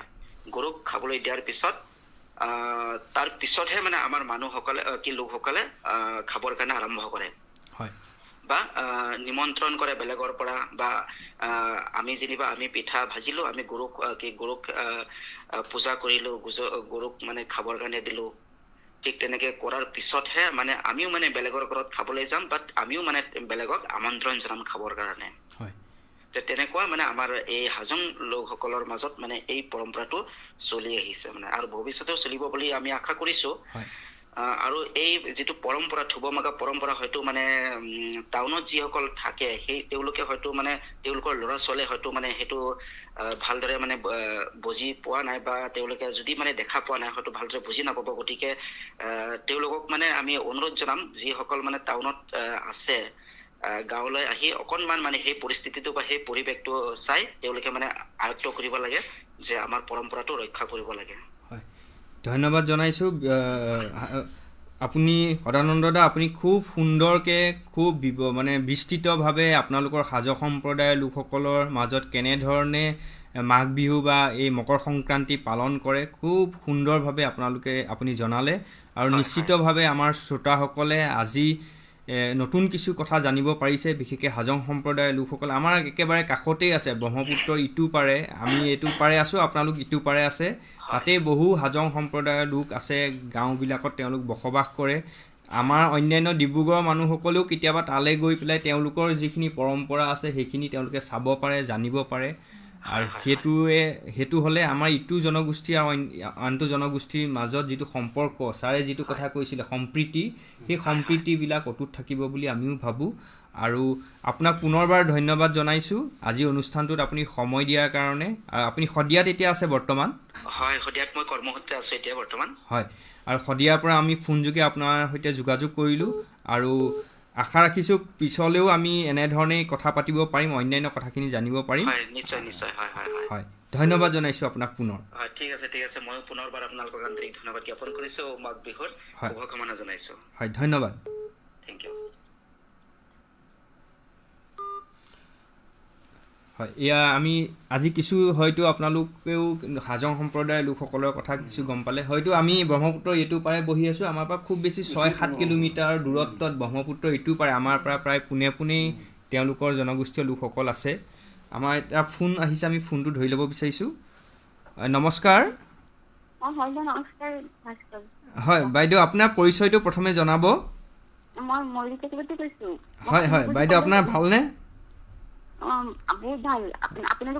হয় আমাৰো ভাল আৰু আজি আমি গম পাইছেই চাগে আমি বিভিন্ন জনগোষ্ঠীয় লোকসকলৰ মাজত মাঘৰ বিহু কেনেধৰণে বা ভোগালী বিহু বা মকৰ সংক্ৰান্তি কেনেধৰণে পালন কৰে সেই বিষয়ে আমি কথা পাতিছোঁ আৰু আপুনিও বিশেষকৈ আপোনালোকৰ সম্প্ৰদায়ত বিশেষকৈ বঙালী সম্প্ৰদায়ত বা বেংগলী সম্প্ৰদায়ত আপুনি ডিব্ৰুগড় একেবাৰে মানে টাউনত চহৰৰ মাজতে থাকে পল্টন বজাৰত আপোনালোকে কেনেধৰণে মাঘ বিহু বা মকৰ সংক্ৰান্তি পালন কৰে আমাক কিছু কথা যদি জনায় তেতিয়া আমি আমাৰ শ্ৰোতাসকলে খুব উপকৃত হ'ব হয় মই প্ৰথমতে ৰেডিঅ' ব্ৰহ্মপুত্ৰৰ সমূহ কৰ্মকৰ্তা আৰু শ্ৰোতা আৰু আজি অহা অতিথিসকলক মই ভোগালী বিহুৰ আন্তৰিক শুভকামনা জ্ঞাপন কৰিম আৰু আমাৰ বেংগলী মানুহবিলাকৰ যিটো বিহু আছে আমাৰ মকৰ সংক্ৰান্তি এইটো আমি উৰুকাৰ দিনা যিটো নেকি সংক্ৰান্তিৰ আগৰ দিনাখন আমি ভোজ-ভাত খাওঁ এইটো বিভিন্নজনে বিভিন্ন ধৰণে খায় বাহিৰতে খোৱা হয়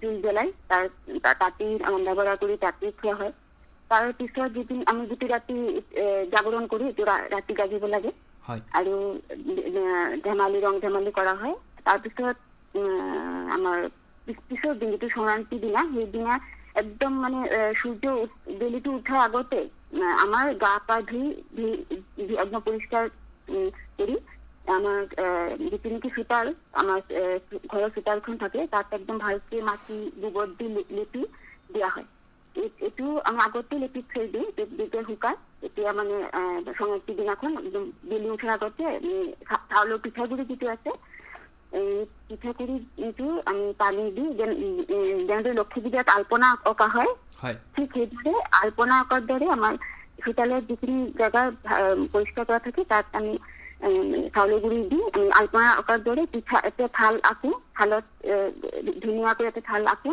থালত আমি পিঠা বিভিন্ন ধৰণৰ চিতল পিঠা চচি পিঠা পুলি পিঠা বিভিন্ন ধৰণৰ পিঠা চন্দ্ৰকলা পিঠা এনেকুৱা আছে আমি এই পিঠাবিলাক আমি আল্পনাৰ দ্বাৰা আঁকি সূৰ্য দেৱতাৰ ওচৰত দিওঁ আৰু চাকি বন্তি জ্বলাই দিওঁ আৰু সকলোৱে মিলি উৰুলি দি মানে পূজাটো সূৰ্য দেৱতাক সমৰ্পণ কৰোঁ এইটো কৰি কিনে আহি কিনে ভগৱানৰ পূজা কৰোঁ ঘৰত গৃহ দেৱতা থাকে তেওঁৰ পূজা কৰি তাৰপিছত আমি ঘৰত চিৰা পুৱাৰ জলপান চিৰা দৈ তাৰপিছত গুড় নাৰিকল কল এইবিলাক সকলো মিলাই কিনে এইটো খাদ্য বনোৱা হয় এইটো আমি ঘৰৰ সকলোৱে খাওঁ আৰু পিঠাটো বনাই আগৰ দিনা আমাৰ পিঠা বনাই থোৱা হয় এইটো বনাই কিনে আমি এইটোৱে আমাৰ নিয়ম আৰু তিল আৰু গুড় এইটো আমাৰ নিয়ম খাব লাগিব হয় তো আপোনালোকৰো তেনেকৈ একেধৰণৰ প্ৰায় তিল গুড় এনেকুৱা ধৰণৰ সম্পৰ্ক তিল গুড়টো কোনো হয়তো এৰিব নোৱাৰে তিল গুড়টোৱেই মানে এটা প্ৰধান মানে খাদ্যৰ ভিতৰত সকলোৰে ক্ষেত্ৰত মকৰ সংক্ৰান্তিত তিল গুড়টো হয়তো সকলোৱে মানে প্ৰয়োজন আছেই তো ধন্যবাদ জনাইছোঁ ময়ূৰী বাইদেউ আপুনি বিশেষকৈ আপোনালোকৰ তাত কেনেধৰণে পালন কৰে মকৰ সংক্ৰান্তি কেনেধৰণে পালন কৰে সেই বিষয়ে আমাৰ শ্ৰোতাসকলক জনালে তাৰ কাৰণে আপোনাক ধন্যবাদ জনাইছোঁ বাইদেউ হয় আৰু অনুষ্ঠানটো বহুত ভাল লাগিছে আমাৰ ঈশ্বৰৰ পৰা বাইদেউ এগৰাকী ক'লে কথা আমাৰ হাজং দাদাৰো বহুত ভালকৈ কথা ক'লে শুনি মানে বহুত নজনা কথা জানিব পাৰিলোঁ আজি হয় ধন্যবাদ জনাইছোঁ বাইদেউ আপোনাক ধন্যবাদ ধন্যবাদ আৰু লগতে ভোগালী বিহু আপোনাক শুভেচ্ছা জনাইছোঁ আমাৰ সকলোৰে হয় ধন্যবাদ হয় এয়া আছিলে ডিব্ৰুগড় পল্টন বজাৰৰ ময়ূৰী চক্ৰৱৰ্তী বাইদেউ বিশেষকৈ বঙালী সম্প্ৰদায়ৰ লোকসকলে কেনেধৰণে পালন কৰে আমি বিভিন্ন সম্প্ৰদায়ৰ কথাখিনি জানিব পাৰিছোঁ আৰু সেইকাৰণে আমাৰ ভাল লাগিছে আজি নতুন নতুন নজনা কথা জানিব বিচাৰিছোঁ এতিয়া আমাৰ সদানন্দ হাজঙে এটা কথা কৈছিলে যে যিসকল আজিকালি প্ৰায় মানুহেই কৰ্মসূত্ৰে আহি চহৰত বসবাস কৰিবলগীয়া হৈছে আৰু বিশেষকৈ ব্যক্তিগত যদি খণ্ডত যদি চাকৰি কৰে তেতিয়া বিহু সংক্ৰান্তিটো আজিকালি বন্ধ পোৱাটো প্ৰায় দিগদাৰী হৈছে আৰু সেইটোৰ কাৰণে এতিয়া নতুন যিটো প্ৰজন্ম একেবাৰে নতুনকৈ যিখিনি আমাৰ ল'ৰা ছোৱালী আছে তেওঁলোকে হয়তো বিহুৰ সেই পৰম্পৰাবিলাক এতিয়া যিটো থৌবা মাগা হাজং সম্প্ৰদায় বা আমাৰ দেউৰী সম্প্ৰদায় বা অন্যান্য সম্প্ৰদায়ৰ যিখিনি পৰম্পৰা আছে সেইখিনি হয়তো আমাৰ ল'ৰা ছোৱালীবিলাকে হয়তো দেখা নাপাবই টিভিত দেখিলে দেখিব ইউটিউবত দেখিলে দেখিব নহ'লে পোনপটীয়াকৈতো গাঁৱত গৈ দেখা নাপায় এতিয়া সেইটো এটা চিন্তনীয় বিষয় হৈ আহিছে এতিয়া সেইকাৰণে বন্ধটো দিয়া হয় আজিকালি এটা দিনেই বন্ধ থাকে আৰু দ্বিতীয় দিনটোত টুচু পূজাৰ বন্ধ থাকে আমি চৰকাৰী বন্ধ হিচাপে যদি চাওঁ এতিয়া বহুতৰ ক্ষেত্ৰতেই সেইটো দুটা দিনত বহুত দূৰলৈ গৈ ঘৰৰ পৰা ঘূৰি আহি আকৌ পিছদিনাখন চাকৰি বা স্কুললৈ যোৱাটো সম্ভৱ নহয় আৰু সেইটোৱে পৰম্পৰাবিলাকৰ পৰা মানুহবিলাকক লাহে লাহে আঁতৰাই লৈ আহিব এতিয়া সেইটোৰ ক্ষেত্ৰত ভূষণ দা আপুনি কি ভাবে যে পৰম্পৰাটোতো জানিব লাগিব পৰম্পৰাটো ৰক্ষা হ'ব লাগিব পৰম্পৰাবিলাক ৰক্ষা হ'বলৈ হ'লে পৰম্পৰাৰ সৈতে চিনাকি হ'ব লাগিব আমাৰ নতুন যিখিনি ল'ৰা ছোৱালী নৱচাম আছে এতিয়া সেইটো ক্ষেত্ৰত কি মানে কেনেধৰণে কি হ'ব পাৰে আৰু কেৱল টিভি আৰু ইউটিউবে আজিকালি টিভি চেনেলবিলাকত ভোগালী উৎসৱ পালন কৰা হয় কিন্তু তাততো পৰম্পৰাবিলাকৰ কথা তাত আলোচনাও কৰা নহয় বা কেৱল মাত্ৰ গীত মাত আধুনিক গীতৰ প্ৰয়োভৰহে হয় তাত পৰম্পৰা অন্যান্য কথাবিলাক আলোচনা নহয় ক'ত ভুল কৰিছোঁ কি উধৰণি কৰিব লাগে এইবিলাক মূল কথা চিন্তা নকৰে গতিকে আমাৰ যিটো পৰম্পৰা এইটো লাহে লাহে হেৰুৱাইছে আৰু আধুনিক হ'বলৈ ধৰিছে বস্তুটো গতিকে আমি এই বস্তুটো ৰোধ কৰিব লাগিব এই সুযোগতে যিটো আমাৰ উৎসৱ যেতিয়া আহে সেই সময়ত আমি এইটো চৰ্চাটো অব্যাহত ৰাখিব লাগিব কিন্তু অব্যাহত ৰাখিবলৈতো আমাৰ সেই সময়ৰ অসুবিধা স্কুল কলেজ খোলা থাকে সকলোৱে নিজৰ নিজৰ দায়িত্ব থাকে দুটা দিন বন্ধ পায় সেই দুটা দিনত হয়তো ইয়াৰ পৰা গোৱালপাৰালৈ যোৱা কোনোবা এজন মানুহ তেওঁ গাঁৱলৈ যোৱা সেইটো সম্ভৱ হৈ নুঠে তেন্তে ইয়াৰ এই পৰম্পৰা ঐতিহ্যবিলাক ৰাখিব ইয়াৰ কাৰণে মই মোৰ ফালৰ পৰা এটা প্ৰস্তাৱ দিছোঁ সেইটো কিমান মান্য অমান্য হ'ব সেইটো মই নাজানো কিন্তু মই ব্যক্তিগতভাৱে ক'ব বিচাৰোঁ যিটো ল'ৰা ছোৱালীক যিটো নৱপ্ৰজন্মক যিবিলাক ছুটি পায় ছুটিটো যিবিলাক মানে অপব্যৱহাৰ নকৰে এই যিবিলাক ছুটি তেওঁলোকক মানে একত্ৰিত কৰি আমি যিখিনি সিহঁতক জ্ঞান দিব লাগে বা যি শিক্ষাদান দিব লাগে যি শিকাব লাগে উৎসৱ পাৰম্পৰা যি আছে আমাৰ কলা সংস্কৃতি সেই কামৰ কাৰণে তেওঁলোকক আমি একত্ৰিত কৰাটো খুব উপকৃত হ'ব বুলি মই ভাবোঁ বিশেষকৈ আমাৰ ভূষণ সন্দিকৈ এই বিষয়ত মানে দক্ষ তেওঁ এই বিষয়ে ভালকৈ ক'ব মোতকৈ বেছি সকলোৰে মতামত সকলোৱে এইটো এতিয়া এনেকুৱা উৎসৱটো কিহৰ ওপৰত ভিত্তি কৰি হয় সেইটো মূল কথা যদি খেতিয়ে নাথাকে খেতিৰ পৰা থকা উৎসৱটোও নাথাকিব প্ৰথম কথাটো সেইটো পৰম্পৰাটো ক'ৰ পৰা আহিছে পৰম্পৰাটো আহিছে শিপাৰ পৰা শিপাটো ক'ত খেতিত কৃষিত গতিকে যিহেতু কৃষি শেষ হৈ আহিছে গতিকে কৃষিৰ লগত জড়িত উৎসৱবিলাকৰ চৰিত্ৰবিলাকো সলনি হৈ আহিছে গতিকে আজিৰ পৰা 50 বছৰৰ আগত আমি কৃষিভিত্তিক উৎসৱ বহাগ বিহুটো মাঘ বিহুটো যিটো পৰ্যায়ত পাইছোঁ সেই পৰ্যায়ত এতিয়া নাপাওঁ তাৰমানে মই যদি খেতি নকৰোঁ মই যদি নিজে কৃষক নহয় গতিকে কৃষকৰ কালচাৰটো মই আচলতে বহন কৰিব নোৱাৰোঁ আকৌ মোৰ ল'ৰাটো হয়তো খেতিৰ মাটিৰ পৰা মই যদি অলপ মাটিৰ খেতিৰ লগত অলপ সম্পৰ্ক আছে মোৰ পিছৰ 2-3টা প্ৰজন্মৰ আৰু নাথাকে গতিকে জীৱন আৰু জীৱিকাহে সংস্কৃতিটো নিৰ্ণয় কৰিব হয় জীৱন জীৱিকাৰ ভিত্তিটো কি হৈছে গতিকে এটা ল'ৰাই সৰুৰ পৰাই কৃষিৰ লগত সম্পৰ্ক নাই সি মাক দেউতাকে চহৰত চাকৰি কৰে সি তাতে জন্ম হৈ ডাঙৰ দীঘল হৈছে সি গাড়ীত অহা যোৱা কৰি স্কুল কলেজ পঢ়িলে তাৰপিছত সি প্ৰতিযোগিতামূলক পৰীক্ষা দি বা কিবা ইণ্টাৰভিউ দি কোম্পানীত চাকৰি পালে তাৰপিছত তাৰ ব্যস্ততাময় জীৱন তাৰ লগত সংস্কৃতিটো বা পৰম্পৰাটো থাকিবই নোৱাৰে পৰম্পৰাটো হৈছে এটা অনুকৰণৰ বস্তু মোৰ আগৰ প্ৰজন্মই কি কৰি গ'ল সেই পিছে মই যেতিয়া একেলগতে কালচাৰটোৰ লগত থাকিম মই কৰা কামখিনি মোৰ ল'ৰাটোৱে শিকিব কিন্তু যেতিয়া মই কৰা কামখিনিয়ে যিহেতু আঁতৰি আহিছে মোৰ অৰিজিনেল কালচাৰটোৰ পৰা মূল যিটো মোৰ শিপাৰ লগত থকা সংস্কৃতিটোৰ পৰা যেতিয়া মই আঁতৰি আহিলোঁ মোৰ পিছৰ প্ৰজন্মত আঁতৰি আহিছে গতিকে আমি ভোগালী বিহু পাতিছোঁ হয় কিন্তু বস্তুবিলাক আমি এটা ডেমো টাইপৰ প্ৰদৰ্শনমূলক যে ভোগালী বিহুত আমাৰ কি হয় আমি কিতাপত পঢ়িবলৈ পাইছোঁ টিভিত দেখিছোঁ বা ইণ্টাৰনেটত দেখিছোঁ বা মেলে মিটিঙে শুনিছোঁ গতিকে ভোগালী বিহুত পিঠা বনাই মেজি ফুৱাই সেই কথাকেইটা শুনিছোঁ কিন্তু পিঠা বনাব কেনেকৈ যি ধানৰ খেতি কৰি ঢেঁকীত খুন্দি পিঠা বনাইছে আৰু তেওঁ যিটো বিহু পাতিব পৰম্পৰা ৰক্ষা কৰিব মই পিঠা বনাই বুলি জানো কিন্তু মই ক'ত বিচাৰিম বজাৰত বিচাৰিম গতিকে বজাৰত বিচাৰি আনি মই যিটো ভোগালী বিহু পাতিম সেই ধান খেতি হাল বাই খেতি কৰি গৰু গাখীৰ খীৰাই চুঙাত থৈ দৈ কৰা মানুহজনে যিটো ভোগালী বিহু পাতিব তাৰ মাজত পাৰ্থক্য থাকিব গতিকে পৰম্পৰাটো আমি জোৰ কৰি ধৰি ৰাখিব নোৱাৰোঁ কিছুমান বস্তু অট'মেটিক মানে স্বতন্ত্ৰভাৱে হয় আমি আৰ্কাইভ কৰিব লাগিব নহয় হেৰাই গ'লে মিউজিয়ামত থাকিব আৰু যদি জীৱিত ৰূপত চাব বিচাৰোঁ আৰ্কাইভ কৰিব লাগিব যিকোনো এটা কৰিব লাগিব কিন্তু পৰম্পৰাটো আমি শুভ ৰূপত যে ধৰি ৰাখিব যে নোৱাৰোঁ সেইটো খাটাং হয় এইটো আমি জোৰ কৰি আচলতে ধৰি থাকিবলৈ চেষ্টা কৰাটো এটা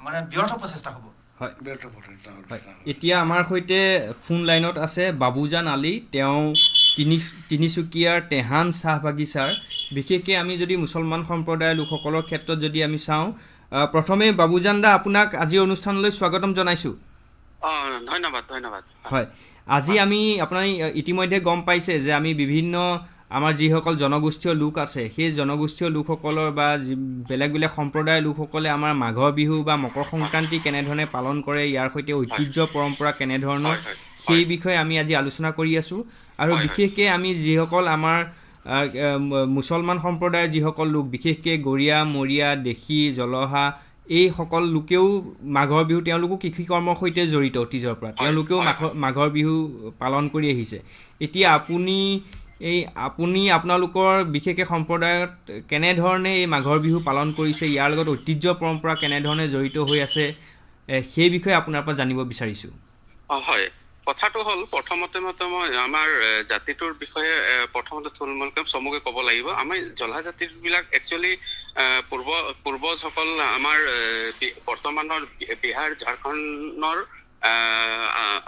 আদিবাসী আছিলে হয় কালক্ৰমত ব্ৰিটিছে অসমত চাহ খেতি কৰিবৰ কাৰণে যেতিয়া অন্যান্য আদিবাসী মানুহবিলাকৰ লগত আমাৰ জলহাসকলকো এই চাহ উদ্যোগৰ লগত মানে কাম কৰিবৰ কাৰণে লৈ আহিছিল আৰু সেই সময়তেই আমাৰ শুনিছেন হয় আমি শুনি আছোঁ আপুনি কৈ যাওক হয় আমি সেই অন্যান্য জাতি জনগোষ্ঠী যিখিনি আদিবাসী বা চাহ জনগোষ্ঠীৰ মানুহ যিখিনি আহিছিলে তেওঁলোকৰ লগত আমাৰ জলহাসকলো কিছু সংখ্যক মানে অসমলৈ আহিছিল আৰু সেই সময়ত আমি এটা কথা এই ক্ষেত্ৰতে উল্লেখ কৰিব লাগিব যে চাহ জনগোষ্ঠী বুলি ক'লে আমি জলহাসকলো সেই অন্তৰ্ভুক্ত হৈ আছো আৰু তেওঁলোকৰ যিটো পৰম্পৰাগত বা তেওঁলোকৰ পূজা পাৰ্বণৰ লগত আমাৰ ওতঃপ্ৰোত জড়িত হৈ আছিল হয় এটা কথা হয় আমি ধৰ্মীয় দিশৰ ফালৰ পৰা কিছু আমাৰ বাধ্যতা আছে গতিকে আমি পূজাটো বাদ দি বাকী যিখিনি নীতি নিয়ম টুচু পৰৱে হওক বা মাঘ বিহুৰে হওক আমি সম্পূৰ্ণখিনি পালন কৰোঁ অকল পূজাটোক বাদ দি পিনে মূৰ্তি পূজাটোক বাদ দি আমি গোটেইখিনি পালন কৰোঁ যেনেকৈ ঘৰত অন্যান্য পিঠা পনা বনোৱাৰ পৰা আৰম্ভ কৰি গোটেইখিনি ঘৰে ঘৰে ঘৰৰ পৰা পিঠা পনাখিনি আদান প্ৰদান কৰা সেইটো নিয়ম ৰাতিপুৱা শুই উঠি গা পা ধুই পিঠা পনা বনোৱা বিশেষকৈ মহিলাসকল বনোৱা সেইবিলাক পৰম্পৰা আগৰ পৰাই আছে আৰু বৰ্তমানো আপুনি চলি আছে আৰু আপুনি চাব বিশেষকৈ বাগান অঞ্চলত যিখিনি আমাৰ জলহা মানুহ আছে তেওঁলোকৰ আচাৰ ব্যৱহাৰ ভাষা চব এই চাহ জনগোষ্ঠীৰ মূলৰ হোৱা হেতুকে প্ৰতিটো মানে তেওঁলোকৰ যিখিনি মানে আমি এতিয়া বৰ্তমান যিখিনি আমি চাহ জনগোষ্ঠী বুলি ক'লে আমি বুজো তেওঁলোকৰ যিখিনি পৰম্পৰা তেওঁলোকৰ যিখিনি ৰীতি নীতি আমাৰ গোটেইখিনি আমাৰ ওপৰতো এইটো হেৰি হয় আমি সেইখিনি পালন কৰোঁ অকল এটাই পাৰ্থক্য হয় এই পূজা কৰাটোৰ বাদ দি বাকীখিনি আমি চব একেখিনি পালন কৰোঁ গতিকে এই ক্ষেত্ৰত তাৰপিছত এতিয়া অসমত অহাৰ লগে লগে মাঘ বিহু কোৱাৰ লগে আমি এইটো মাঘ বিহু হিচাপে পালন কৰা হয় সেই তাৰ লগত আমি আমাৰ অসমৰ যেতিয়া আমি অসমৰ স্থায়ী বাসিন্দা হৈ গ'লো অসমীয়া হৈ গ'লো যেতিয়া আমি সেই সংস্কৃতিটো অলপ আমাৰ জাতীয় আঁকোৱালি লৈছে বা অনুকৰণ কৰিছো কাৰণ এই আমাৰ যিখিনি আমি পিঠা পনা বনাইছিলো সেইবিলাক আছেই লগতে এতিয়া আমাৰ পৰম্পৰাগত যিখিনি আমাৰ খিলঞ্জীয়া যিখিনি লাৰু পিঠা আমাৰ অসমীয়া মানুহ আছিলে আমি যিখিনি থলগিৰি অসমীয়া মানুহ তেওঁলোকৰ যিখিনি পৰম্পৰাগত আছে যিখিনি পিঠা পনা আছিলে বা অন্যান্য যিখিনি সেইবিলাকো আমাৰ মানুহে গ্ৰহণ কৰিছে আৰু তেওঁলোকৰ আমি যিখিনি বনাই আছে বা বনাই সেইবিলাকে আমাৰ মানুহবিলাকো বনাই আৰু পালন কৰা হয় হয় তেতিয়া ধন্যবাদ জনাইছোঁ দাদা আপুনি বিশেষকৈ আৰু আপোনালোকো চাহ বাগিচা অঞ্চলবিলাকতেই থাকে আৰু মাঘৰ বিহুৰ লগতে টুচু পূজাও আপোনালোকে কৰে তাত খালি কেৱল মাত্ৰ পূজাৰ হেৰিটো নাথাকে আমাৰ শুনামতে আমাৰ পূৰ্বপুৰুষসকলে সেই টুচু গীত আমাৰ মানুহবিলাকো গান গাইছিল আমাৰ মানুহবিলাকো নাচিছিল হয় এতিয়া বৰ্তমান অলপ এইবিলাকৰ পৰা আঁতৰি থকা হৈছে সেইটো সঁচা কথা কিন্তু এতিয়াও আমাৰ কিছুমান মানুহ আছে আমাৰ এতিয়াও সলসলীয়াকে টুচু গীত পুষ পৰৱৰ যিখিনি মানে বন্দনা গীত বা অন্যান্য যিবিলাক গীত আছে সম্পূৰ্ণ সলসলীয়াকে গাব পাৰে আমাৰ কেহাং বাগানতো এই এনেকুৱা মানুহ আছে যিখিনি সলসলীয়াকে গাব পাৰে আমাৰ ওচৰতে আমাৰ পৰিয়ালতো আছিলে কিছুমান আৰু কিছুমান আমাৰ অসমৰ বিভিন্ন জেগাত আমাৰ যিখিনি য'ত আমাৰ মানুহ আছে সেইবিলাকত কিছুমান মানুহ আছে এতিয়াও গায় আৰু যদি কোনোদিন সুবিধা পালে আপোনালোকৰ অনুষ্ঠানত যদি আপোনালোকে মাতে নিশ্চয় তেনেকুৱা আমি আমাৰ শিল্পীসকলক লৈ যাম আৰু গোৱাই আপোনালোকক মানে আমি প্ৰস্তুত হৈ আছো হয় নিশ্চিতভাৱে আপোনালোকৰ যেনেধৰণে যেতিয়া সময় সুবিধা হয় তেতিয়াই আপোনালোক ৰেডিঅ' ব্ৰহ্মপুত্ৰলৈ আহিব পাৰে আৰু ৰেডিঅ' ব্ৰহ্মপুত্ৰৰ মঞ্চখন সদায় খোলা থাকে আপোনালোকৰ সুবিধা মতে আপোনালোকে আহিলেই আমি এইখিনি গীত মাত প্ৰচাৰ কৰাত আমি যথেষ্ট আমি নিজেই মানে আপোনালোকৰ পৰা সুবিধাটো ল'ব বিচাৰোঁ আপোনালোকে সুবিধাটো হয় ধন্যবাদ জনাইছোঁ আপুনি আপোনাৰ কামৰ মাজতে আমাক এইখিনি সময় দিলে আৰু মানে আমাৰ অফিচ টাইমতে মই অলপ বাহিৰ ফালে ওলাই কথা পাতি আছো বিশেষ টাইম দিব পৰা নাই সেইকাৰণে বেয়া নাপাব নাই একো নাই আপুনি তাৰ মাজতে আমাক এইখিনি যথেষ্ট গুৰুত্বপূৰ্ণ কথা আৰু নতুন কথা আমি আজি জানিব পাৰিলোঁ বিশেষকৈ জলা সম্প্ৰদায়ৰ লোকসকলে কেনেধৰণে চাহ বাগিচাৰ মাজতেই থাকি দুইটা মানে অসমীয়া চাহ বাগিচা বা অসমৰ যিখিনি থলগিৰি মানুহৰ যিখিনি পৰম্পৰা তাৰ লগতে চাহ বাগিচাৰ যিখিনি পৰম্পৰা আমি আঁকোৱালি লৈছোঁ আৰু আমাৰখিনিতো আছেই আৰু এইবিলাক আঁকোৱালি আমি পালন কৰোঁ হয় আৰু এই মাঘৰ বিহু বা এনেধৰণৰ জাতীয় উৎসৱবিলাকে আমাৰ মাজতে এই সম্প্ৰীতিটো তেনেধৰণে অটুট ৰাখক বান্ধি ৰাখক তাৰে কামনা কৰিছোঁ ধন্যবাদ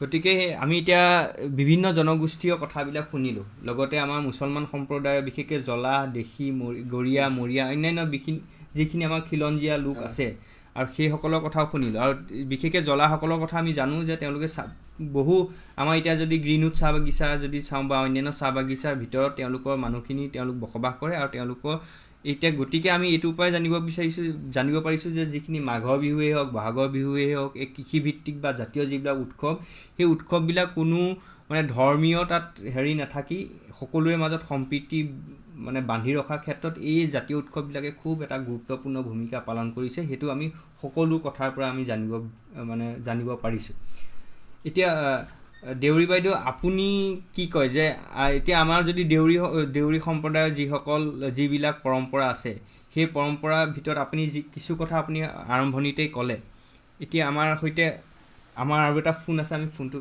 আমাৰ সৈতে দেৱ পাইত উপস্থিত আছে তেওঁ দধিয়া কাৰ্মিচুকৰ মিচিং সম্প্ৰদায়ৰ এজন ব্যক্তি দেৱদা নমস্কাৰ নমস্কাৰ বাইদেউ নবৌহে নেকি বৌ বৌ ভালনে আপোনাৰ? ভালেই। হয় হয় আৰু আপোনালোক সকলো ভালে আছে? ভালে আছো বাৰু। হয় আপোনালোক ঘৰতে দধিয়াতে আছে? দধিয়াতে আছো। হয় হয় আজি আমি কথা পাতি আছোঁ বিশেষকৈ আমাৰ মাঘৰ বিহু বা মকৰ সংক্ৰান্তিৰ বিষয়ে। বিশেষকৈ আমাৰ বিভিন্ন যিবিলাক জাতি জনগোষ্ঠীৰ লোক আছে তেওঁলোকে কেনেধৰণে মাঘ বিহু বা মকৰ সংক্ৰান্তি পালন কৰে সেই বিষয়ে আমি কথা পাতি আছোঁ।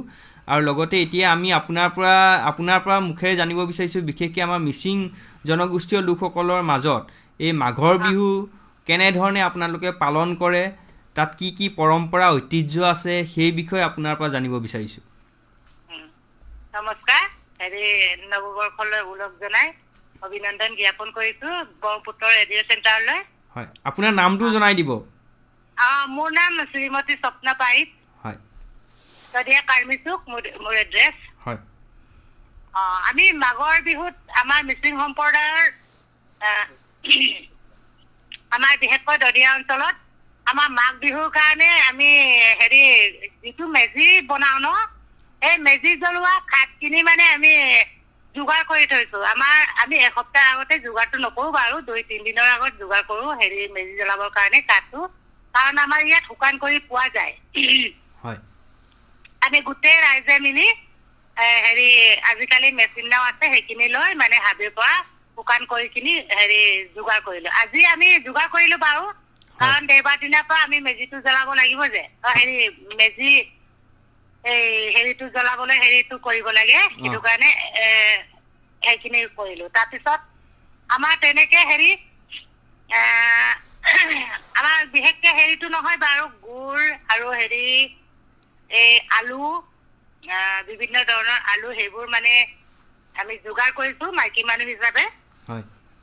আৰু এই চিৰা আমাৰ 2 বিধৰ খুন্দো, এটা চেপেটা বুলি কয়, এটা আকৌ গুড়িকে। তাতে তিল আৰু গুড় দি কিনি আমাৰ পৰম্পৰাগত যিটো আমাৰ আমাৰ উপৰি পুৰুষসকলকো আমি সেইদিনাই দিয়া হয়। আৰু আপোনালোকৰ মিচিং ভাষাত এই মাঘৰ বিহু কিবা তেনেকুৱা কি, আমাৰ ইয়াত বাকীসকলে মাঘৰ বিহু বুলি কয়, আপোনালোকে কি বুলি কয়? আমাৰো তেনেকে মিচিং ভাষাত এক্সট্ৰাকে নাই চাগে, আমি মাঘ বিহু বুলিয়ে কওঁ আৰু। হয় আৰু এতিয়া আমি জানিব বিচাৰিছোঁ বিশেষকৈ আমাৰ দধিয়া কুলিগাঁও আপোনালোকৰ অঞ্চলটো বিশেষকৈ বানপানী প্ৰৱণ অঞ্চল। গোটেই এতিয়া বাৰিষাটো বিশেষকৈ ছেপ্টেম্বৰ অক্টোবৰ মাহলৈকে আপোনালোকৰ বানপানী হৈ থাকে আৰু যথেষ্ট আপোনালোকে কষ্ট স্বীকাৰ কৰিবলগীয়া হয়। বছৰটো প্ৰায় 6 মাহ 8 মাহ আপোনালোক ব্ৰহ্মপুত্ৰৰ পানীৰ মাজতে থাকিবলগীয়া হয়। তাৰপিছত এইকেইটা দিন পানী শুকাই আপোনালোক অকণমান শুকান অৱস্থালৈ আহে। আৰু খেতি বাতিৰ ক্ষেত্ৰতো তাত যথেষ্ট সমস্যা আছে, কাৰণ পানীয়ে সকলো উটুৱাই লৈ যায়। খেতি বাতি ধান খেতিও বৰ বিশেষকৈ নহয়। ইমানখিনি কষ্ট, ইমানখিনি মানে হেৰিৰ মাজত আপোনালোকে কেনেধৰণে আপোনালোকৰ বিহুটো পালন কৰি গৈছে তাত? সেইটো কাৰণে আমি যিটো বাৰিষাত আমাৰ কষ্টবোৰ হৈ যায়, আমাৰ একদম ইমান কষ্টৰ মাজৰ পৰা যেতিয়া নৱেম্বৰৰ পৰা পানীবোৰ শুকাই যায় বাৰু, নৱেম্বৰ ডিচেম্বৰৰ পৰা লাহে লাহে শুকাই গৈ এতিয়া বাৰু হ'লেও মানে ঘৰৰ ওচৰলৈকে এতিয়াও পানী আছে। সেইটো কাৰণে আমি মাঘ বিহুটো খুব উলহ মালহেৰে পালন কৰো, কাৰণ সেইটো মাঘ বিহুতে আমাৰ একদম আনন্দৰ দিন বুলি ক'ব পৰা যায়। কাৰণ আমাৰ এতিয়া মাঘ বিহুত জানুৱাৰী ফেব্ৰুৱাৰী মাৰ্চৰ পৰা আকৌ পানীটো হৈয়ে যায় যে, সেইটো কাৰণে খুব উলহ মালহেৰে আমি পালন কৰো। কাৰণ সেইদিনা ৰাতিটো আমি মেজি জ্বলোৱা জেগাত কেম্প পাতি কিনি ডেকা গাভৰুৱে তাত ডেক চেক বজাই কিনি পুৰা আনন্দতে তাতে থাকি যায় ৰাতিপুৱালৈকে। আৰু আপুনি হয়তো জানে, এষাৰ ঐ নিতম আপুনি আমাৰ শ্ৰোতাসকলৰ কাৰণে গাই দিব পাৰিব নেকি? এষাৰ ঐ নিতম। আমি যিটো মই ডেকা গাভৰুৰ ঐ নিতমটো গাই নিদিওঁ, কিন্তু আমি যিটো বোৱাৰী আলি আই লৃগাঙত গাই দিওঁ, গাওঁ সেইখিনি অলপ গাই দিছো। হয় গাওক।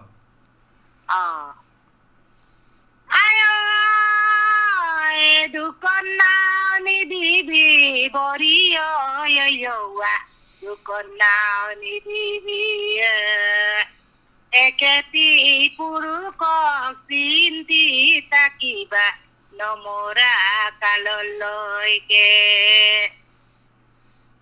আই বোকাৰে গৰৈ মাছ বোকাতে ঘূৰিছে পথাৰতে ঘূৰিছে বক মনৰে কটাতি মনতে ঘূৰিছে কবলৈ নাপালো তোক এইটো মানে আমি হেৰি এইটো ডেকা গাভৰুৰ হেৰি নহয় ঐনিতম নহয় এইটো আমি যিটো আলি আই লৃগাঙত বোৱাৰী প্ৰাৰ্থীসকলে আমাৰ বিভিন্ন তৰবৰ আলি আই লৃগাংটোত গাই যে এইটো আমি বোৱাৰী হিচাপে গাওঁ আৰু এফাকি গাই দিয়ে নি আপোনাৰ মাতষাৰ খুব সুন্দৰ হৈছে আমাৰ শ্ৰোতাসকলে খুব ভাল পাইছে ঐনিতমটো মই ইমানখিনি নাজানো নহয় আৰু কিবা আপোনালোকে মাঘৰ বিহুত যি ফাকি গায় মাঘৰ বিহুত মানে ডেকা গাভৰুৰ পুৰা উলহ মালহেৰে গায় মই ডেকা গাভৰুৰ বাগৰ পৰা এপাক গাই দিছো হয়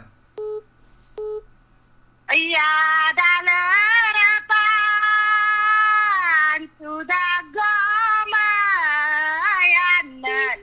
পান সুয়বঙা তালতা পান সুদা গমায়ানল পান সুয়বঙা Ngolu pansuda gomai asin mepana yo boga tanadani du do do ma doni puyanga yo ma bona ngolu tura du melona Magiwana yung magona ধন্যবাদ বাইদেউ আমাৰ সকলোৱে হয় আমিও আশা কৰিছোঁ আপোনালোকে যিহেতু বহু কষ্টৰ মাজেৰে আমি সকলোৱে জানো যে দধিয়া কাৰ্মিচুক কুলিগাঁও এই অঞ্চলবিলাকত বানৰ কেনেকুৱা ধৰণৰ প্ৰভাৱ তাৰ মানুহখিনিয়ে কেনেকুৱা ধৰণৰ সংঘৰ্ষৰ মাজেৰে তেওঁলোকৰ নিজৰ জীৱন যাপন কৰিবলগীয়া হয় বছৰটো সৰহসংখ্যক সময় তেওঁলোকে বানৰ সৈতে যুঁজিবলগীয়া হয় আৰু তাৰ মাজতে এই শুকান দিনকেইটাতে ভোগৰ উৎসৱ ভোগালী বা মাঘৰ বিহুটো তেওঁলোকৰ কাৰণে আহে আৰু সেইটোক তেওঁলোকে খুব উলহ মালহেৰে পালন কৰে আৰু আমি আশা ৰাখিছোঁ আপোনালোকে এনেধৰণে উলহ মালহেৰে আনন্দ ফূৰ্তিৰ মাজেৰে ভোগৰ উৎসৱ ভোগালী উৎসৱ পালন কৰক আৰু সদায় এনেধৰণে হাঁহি ফূৰ্তি তামাচাৰ মাজেৰে থাকক আৰু আপোনালোকক ধন্যবাদ জনাইছোঁ আপোনাক স্বপ্না পাইট বাইদেউ আপোনাক ধন্যবাদ জনাইছোঁ আজিৰ অনুষ্ঠানত আপুনি সাৱলীলভাৱে আপোনালোকৰ কথাখিনি কোৱাৰ কাৰণে হয় নমস্কাৰ বাইদেউ ধন্যবাদ গতিকে আমি বহু কথা আজি অনুষ্ঠানটোৰ পৰা জানিব পাৰিছোঁ আৰু সকলোৱে স্বতঃস্ফূৰ্তভাৱে অংশগ্ৰহণ কৰিছে এতিয়া আমি বাইদেউ আপোনাৰ পৰা আমি জানিব বিচাৰিছোঁ বিশেষকৈ চাহ জনগোষ্ঠীয় লোকসকলৰ আপুনিও এটি টুচু গীত যদি আমাক আজি বাইদেউ যদি এটা টুচু গীত আমাক এটা ফোন আহিছে আমি ফোনটো লৈ দিছোঁ নমস্কাৰ হেল্ল' নমস্কাৰ হয় আপোনাৰ পৰিচয়টো প্ৰথমে জনাব মই চিচি সুমনীয়া পৰা কৈছোঁ দুলেশ্বৰ চুতীয়া হয় দুলেশ্বৰ চুতীয়া দা আপোনাৰ ভালনে ভাল সকলো ভাল আৰু পিংকুদা আপোনালোকৰ সকলোৱে ভাল আৰু সকলোৰে ভাল আপোনাৰ ঠিকনাটো ক'ৰ পৰা ক'লে বুলি ক'লে মই চিচি সুমনী গাঁও চিচি সুমনী গাঁও আমাৰ ধেমাজি হয় হয় হয় এতিয়া আপোনালোকৰ মাঘৰ বিহু প্ৰস্তুতি চলিছে চাগে একদম ভৰপক দি আছে ভৰপকে এতিয়া সময় ভৰপক সেইকাৰণে ভৰপকতে আমি আলোচনা কৰিছোঁ এতিয়া এই ভৰপকত কেনেকুৱা ধৰণৰ প্ৰস্তুতি হৈছে প্ৰস্তুতি মানে জা জলপান সকলো উলিয়াইছোঁ আৰু পিংকুদা মই ভাস্কৰহে দেই মই পিংকু নহয় নামঘৰতে খানাও খোৱা হ'ব খানা খাব কেতিয়ালৈ কি কয় খানা কেতিয়ালৈ আছে দেওবাৰ মানে সোমবাৰ মানে হ'ব নেকি ছাৰ এতিয়া মই ভাস্কৰে কৈছোঁ আমি ছাৰ বুলি নক'লেও হ'ব আপুনি ভাস্কৰ বুলি ক'লেই হ'ব আৰু এতিয়া ঘৰত কি কি যোগাৰ হৈছেগৈ দৈ চাউল গুড় চিৰা কোমল চাউল ঘৰুৱা কি কি যতন হৈছে আপোনাৰ চিৰা আছে সান্দহ আছে পিংকুদা আকৌ এইটো পিঠাটো আছেই আকৌ আলু চালু এইবিলাক হেৰি কৰিছোঁ আৰু মুড়ি চুৰিও বজাৰৰ পৰা আনিব লাগিব নিজে যোগাৰ বৰ্তমান কৰা নাই বাৰু আৰু ঘৰৰ নিজা সামগ্ৰী কি কি আছে মাঘৰ বিহুত সান্দহ আছে ছাৰ হয় আৰু এইবিলাক কোমল চাউল আছে সান্দহ আছে বৰা চাউল পিঠা আছে আৰু দৈ দৈটো এই ভৰাবলৈ দিছোঁ নিজৰ ঘৰত গাখীৰ নাই ছাৰ গৰুজনীয়ে হেৰি আকৌ পোৱালি দিয়া নাইচোন আৰু মাছ কাছৰ খবৰ কি মাছ কাছ মাছ মাংস ভাত কৰা হেৰি কালি 4 কেজি ওজনৰ এজনী আনিছিলোঁ মই 3 ঘৰৰ ভিতৰত ভাগ বিটালে আৰু এই কুকুৰা হাঁহ সেইবিলাক আছেনে আপোনাৰ ঘৰতে কুকুৰা হাঁহ আছে ভাত কৰা আছে হয় তেন্তে মানে সঠিক আচল ভোগটো আপোনাৰ ঘৰতে আছে মানে মাঘৰ বিহু প্ৰকৃত ভোগটো আপোনাৰ ঘৰতে আছে সেইটোকে জানিব বিচাৰিলোঁ যে ভোগটো ক'ত আছে আপোনাৰ এতিয়া হয় কওক ভোগখিনি গোটেই মাঘৰ বিহু ভোগালীৰ ভোগখিনি আপোনাৰ ঘৰতেই আছে মানে আপুনিহে প্ৰকৃততে মানে মাঘ বিহু পালন কৰিবলগীয়া মানুহ ঘৰতে সকলোখিনি আপোনাৰ চবে আছে কুকুৰা আছে কিন্তু ভাত কৰা আকৌ হাঁহ আছে হয় আৰু এইটো কি কয় আমাৰ জা জলপানটো বনাইছোৱে আকৌ আলু চালুবোৰ আছেই ভাত কৰা হয় মাঘৰ বিহু ভালকে খাম আৰু আপোনালোকে আহিব পিংকুদাকে ভাত কৰাই আমি যাম আৰু ৰাজহুৱাভাৱে কি হৈছে ৰাজহুৱাভাৱে প্ৰস্তুতি কেনেকুৱা ধৰণৰ ৰাজহুৱাভাৱে হ'ব এই ভাত কৰা কি আছে ৰাজহুৱাভাৱে আপোনালোকে কি প্ৰস্তুতি চলাই এইবোৰ ভেলাঘৰ চেলাঘৰ পিঠা নগাবোৰ বনাব আৰু ভাত পানী গোটেইখনে সিজাই মেলি ভাত পানী ইয়াতে খাব আৰু পিংকুদা হয় হয় হয় ইউটি ভোজৰ নিচিনা আমাক কিন্তু নিৰামিষ খাব পিংকুদা আপুনি নিৰামিষে নি হয় নিৰামিষ খাব আমাৰ ৰাইজে ৰাইজে নিৰামিষ খাব হয় ধন্যবাদ জনাইছোঁ আপোনাক ভোগালীৰ বিহুৰ ওলগ জনাইছোঁ আৰু ইমান কষ্টৰ মাজেৰে আপোনালোকে গোটেই বছৰটো খেতি কৰিছে খেতি কৰি এতিয়া খেতিৰ অন্তত আপুনি আপোনালোকৰ কাৰণে ভোগৰ উৎসৱ ভোগালী উৎসৱ আহিছে খুব সুন্দৰভাৱে পালন কৰক আৰু সুস্বাস্থ্যৰে থাকক তাৰে কামনা কৰিছোঁ ধন্যবাদ হয় ধন্যবাদ আৰু আপোনালোকৰ চাহকো মই ভোগালী বিহু উপলক্ষে উপহাৰ হিচাপে দিলোঁ ভাত কৰা হয় আপুনি কিবা বিহু এফাকি গাই দিব নেকি বিহু এফাকি নে ছাৰ আপুনি এফাকি বিহু গাই দিব নেকি মই বেলেগ দিনা শুনাম নেকি ভাত কৰা হ'ব বেলেগ দিনাখন হ'লেও হ'ব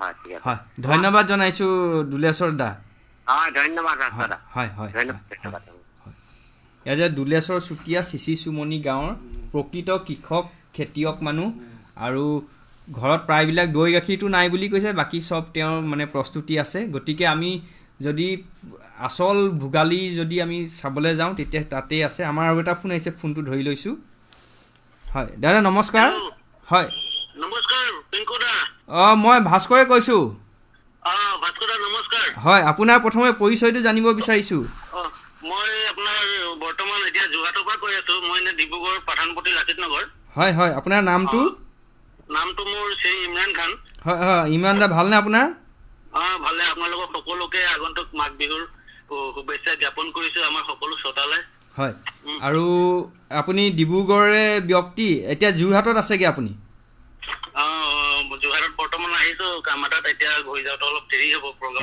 যোৰহাটৰ পৰাই আপুনি মানে শুনি আছে ৰেডিঅ' যোৰহাটৰ পৰাই ৰেডিঅ' শুনি আছে আপুনি যোৰহাটৰ মানে শুনিব পৰা নাই মানে তথাপিও ফোন এটা কৰিলোঁ আপোনালোকক হয় এতিয়া আমি বিভিন্ন জাতি জনগোষ্ঠীৰ বিশেষকৈ মাঘ বিহু কেনেধৰণে পৰম্পৰা কি ঐতিহ্যৰ মাজে পালন কৰিছে সেই বিষয়ে আমি পাতি আছোঁ আৰু এতিয়া আপুনি কওকচোন আপুনি কেনেধৰণে মাঘ বিহু পালন কৰি আহিছে আপোনাৰ দৃষ্টিত মাঘ বিহু ঐতিহ্য পৰম্পৰা কেনেধৰণৰ আমিতো সৰুৰ পৰা মাঘ বিহু মানে পালন কৰি আহিছোঁ হয় আমি ধৰি লওক ডেকা চামে মানে গোট খাই উৰুকাৰ দিনাখন আমি ভোজ ভাত খাই মানে যদি আগতে বাঁহৰ বেৰ আছিলে ৰাতি চুৰ কৰিবলৈ যাওঁ বাঁহৰ বেৰ উঘালি আনো মেজি জ্বলাওঁ ৰাতিপুৱা সময়ত তেনেকে আৰু তাতে মিঠা আলু আমি লৈ আনো অভাৰ ব্ৰিজত বজাৰ বহিছিল আগতে এতিয়াও বজাৰখন মানে ব্ৰিজখন কনষ্ট্ৰাকশ্যন হোৱাৰ কাৰণে অলপ চকী ডিঙিলে কনভাৰ্ট হৈছে যদিও মিঠা আলু তেনেকে আপোনাৰ খোৱা হয়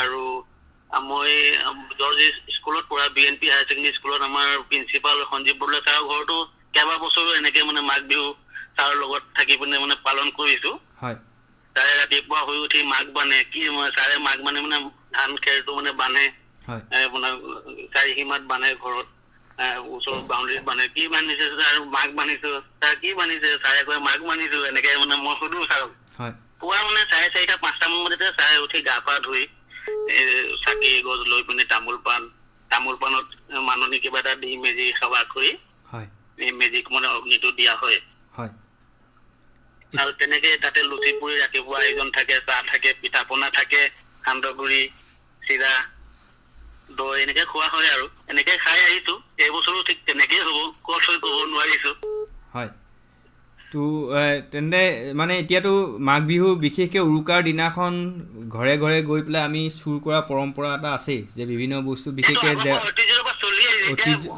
অলপ গাঁৱৰ অঞ্চলত আছে কিন্তু চহৰ অঞ্চলত তেনেকে নাই হয় এতিয়া গাঁৱত পৰিৱেশত আছে কিছুমানে হাঁহ চুৰ কৰে কিছুমানে মানে ধৰি লওক কুকুৰা চুৰ কৰে যেনেকে পাৰে আৰু এই পৰম্পৰাটো ৰাখিছে কিন্তু গাঁৱত টাউনত এই বস্তুটো নাইকিয়া হৈ গ'ল এটা চামত মানে চাওঁতে হয় মানে টাউনত মানুহে কুকুৰা হাঁহ পুহিব হ'ল বাঁহৰ বেৰ নাইকিয়া হৈ গ'ল জেওৰা জপনাটো নাই সেই দিনটো নাই আমি যিটো দিন পাই আহিছো আজি 15-20 বছৰ আগত হয় এতিয়া ডিব্ৰুগড় চহৰত সেই পৰিৱেশটো এতিয়া নাই খুব কম হয় গতিকে তথাপিতো তাৰ মাজতে আমি নিজৰ বিহু পালন কৰি যাব লাগিব বা আমাৰ যি পৰম্পৰা ঐতিহ্য আছে সেইখিনি পালন কৰি যাবই লাগিব আৰু আপুনি এইটোৱে অনুৰোধ কৰিছো যাতে কোনোবাই কিবা এটা চুৰ কৰিলে মানে মনত বেয়া পাব নালাগে বিহু বুলি এদিন চুৰ কৰিবই ফূৰ্তি কৰিবই লাগিব আমি সেইটো সহিষ্ণুতাটো থাকিব লাগিব পৰম্পৰা আমি ৰক্ষা কৰিবই লাগিব হয় ঠিক আছে ধন্যবাদ জনাইছোঁ আপুনি ডিব্ৰুগড়ৰ পৰা বাহিৰত আছেগৈও যদিও আপুনি আমালৈ ফোন কৰিছে তাৰ কাৰণে আপোনাক ধন্যবাদ জনালোঁ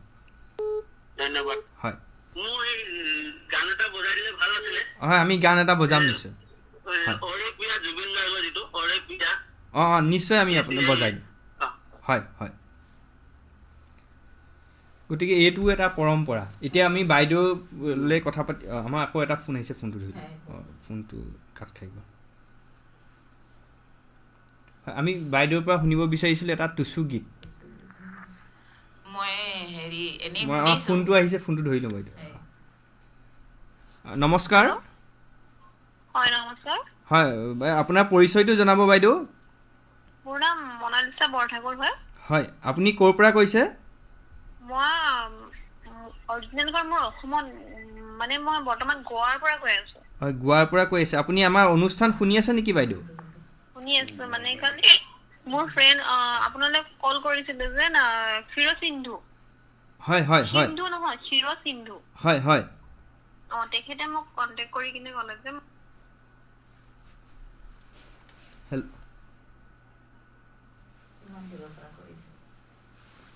হয় আমি ফোনটো ডিছকানেক্ট হৈ গৈছে ডিছকানেক্ট হৈ যোৱাৰ কাৰণে আমি পুনৰ আমি কল যোগাযোগ কৰিম বাইদেউ আমি আপোনাৰ পৰা এটা টুচু গীতৰ কাৰণে আপোনাক অনুৰোধ জনাইছিলোঁ মই টুচু গীতটো এনেই শুনোহে মই কোনোদিন টুচু গীত নাগাওঁ কিন্তু এনেই নিজৰ পৰম্পৰা হিচাপে মানে এনেই শুনো যে শুনিয়ে আৰু দুই এটা এনেই গুণগুণাওঁ আৰু কিন্তু ইমান মানে মোৰ মানে গীত গোৱাৰ অভ্যাস নাই তো টুচু পূজা যেতিয়া পাতে তেতিয়া প্ৰথম যেতিয়া বন্তি গছ জ্বলায় তেতিয়া গীত এফাকি গায় সন্ধিয়া মানে সেই 7 দিন বা 5 দিনৰ পৰা আৰম্ভ কৰে তেতিয়া সেই গীতটো গোৱা হয় মানে সেই গীতটোকে মই আওৰাই দিছোঁ তেল দিলাম সলিতা দিলাম স্বর্গে দিলাম বাতি গো তেল দিলাম সলিতা দিলাম স্বর্গে দিলাম বাতি গো একে একে সঞ্জালে মা ঘরের ভগবতী গো একে একে সঞ্জালে মা ঘরের ভগবতী গো এইটো মানে লক্ষী মাক বা টুচু দেৱীক মানে আৰাধনা কৰি এই গীতটো গায় আৰু টুচু পূজা যেতিয়া হয় বা জাগৰণ কৰে আৰু পৰ্ণয়ৰ হেৰি হয় ডেকা গাভৰুৰ মাজত তেতিয়া ল'ৰাও গাভৰু ছোৱালীও ল'ৰাবিলাকক জোকায় আৰু ডেকা ল'ৰাবিলাকো ছোৱালীক জোকায় তাৰ এটা গীত গাই দিব বিচাৰিছোঁ ওলো ওলো কালো ছড়া তোৰ তো বড় নাম শুনি স্বৰ্গেৰ চান হাতে লিয়ে ৰাস্তায় বসাই কান্দালি এইটো গাভৰুসকলে গায় যে হেৰি কৰে যেতিয়া বিশ্বাসঘাতক কৰে বুলি তেওঁলোকক জোকায় আৰু ল'ৰাবোৰো তেনেকুৱা ছোৱালীক জোকায় মানে ওলো ওলো বগি ছড়ি তোৰ তো বড় নাম শুনি স্বৰ্গেৰ চান হাতে লিয়ে ৰাস্তাই বচাই কান্দালি এনেকৈ তেওঁলোকে ফূৰ্তিও কৰে আৰু এইটো টুচু পৰৱতে বহুতৰ বিয়া বাৰুও হয় কিছুমানৰ আকৌ প্ৰণয় নতুনকৈ উপজে এইটো প্ৰণয়ৰ হেৰিও পৰৱ বুলিও মানে স্বীকৃতি আছে বিশেষকৈ মানে ইয়াৰ পিছতেই আৰু এই সময়খিনি একেবাৰে মানে খুব ৰোমান্টিক সময় ইয়াৰ পাছতেই বিয়া বাৰুবিলাক এইটো সময়তে হয় বসন্ত হয় বসন্ত উৎসৱ অহালৈকে মানে বসন্তৰ আগমনলৈকে তেতিয়ালৈকে সকলো ঠিক ঠাক হয়গৈ তেতিয়া বহাগত মানে আদৰিব পৰাকৈ হয়গৈ সেইখিনি কিছুমানৰ এইটো টুচু পৰৱতে কিছুমানৰ প্ৰণয় নতুনকৈ জন্ম লয় আৰু যিবিলাক আগৰ পৰা থাকে তেওঁলোকৰ বিয়া বাৰু হয় এতিয়া বাইদেউ আপোনাৰ পৰা আপুনিও তেনেকুৱা গীত দেউৰী যদি কিবা গীত আপুনি মনত আছে আপুনি এষাৰ গুণগুণাই দিবলৈ আপোনাক অনুৰোধ জনাইছোঁ গীত বোলা বস্তুটো একেবাৰে নোৱাৰোঁ মই বহুত কমেই শুনোৱে এনেই গোৱা নহয় এনেই হেৰিটো ক'ব বিচাৰিছোঁ আজিকালি মানে সেই আগৰ ধৰণৰ পৰম্পৰাবোৰ নাইকিয়া হৈ গৈছে যেনেকৈ মেজিতে আপুনি দেখিলে বেছিভাগ মানে মিডিয়া ফ'কাছ হেৰি নিচিনাই হৈ গৈছে হাতে হাতে মোবাইল আছে মোবাইল লৈ মানে ফটো কেনেকৈ তোলোঁ আমি কেনেকৈ আমাক হেৰি নিজকে প্ৰকাশ কৰোঁ সেইটোতহে বেছি গুৰুত্ব দিয়ে নিজৰ পৰম্পৰাখিনি মানে কেনেকৈ বচাই ৰাখিব লাগে ধৰি লওক আগতে চুৰিয়া পিন্ধি মেজি সন্মুখত হেৰি কৰি সেৱা লয় বা হেৰি কৰে সেইখিনি বহুতখিনি এৰি দিছে দহা চহা খাবলৈ হ'লে আগতে চুৰিয়া নহ'লে মানে বিশেষকৈ বগা চুৰিয়া নহ'লে আমাৰ মানে মন্দিৰততো নাযায়েই থান ঘৰলৈ এনেও মানে দহা খাবলৈ যাওঁতে মানে বগা চুৰিয়া পিন্ধিয়ে সকলোৱে গৈছিলে কিন্তু আজিকালি মানে দেখা যায় হাফ পেণ্ট পিন্ধিও যোৱা হৈছে মানে লং পেণ্ট পিন্ধিও যায় এইবোৰ মানে পৰম্পৰা নিজে নিজে এৰি গৈ আছে মানে ধৰি লওক মাঘৰ বিহুৰ দিনাখন যদিও টাউনত থাকে বা হেৰি কৰে সৰু এটা মেজিটো সকলোৱে জ্বলায়েই নিজৰ পোচাকখিনি যদি পিন্ধি মেলি কৰে গামোচা এখন লৈ হেৰি কৰে সেইখিনিও ল'ৰা ছোৱালীয়ে বহুতখিনি শিকিব তেওঁ যেতিয়া কৈ আছিলে হেৰি পৰম্পৰাখিনি এৰিছে বুলি তেতিয়া জাষ্ট মনলৈ আহিছিলে আৰু মই তাকে কৈছোঁ আমি তেনেকৈ মানে শিকাব পাৰোঁ ল'ৰা ছোৱালীক কি বা ডাঙৰে মানে ক'ব পাৰে হেৰি চুৰিয়াখন নিপিন্ধালৈকে তহঁতি ইয়াত সোমাব নোৱাৰা যেনেকৈ ঢকুৱাখানাৰ হেৰিত ফাট বিহুত মানে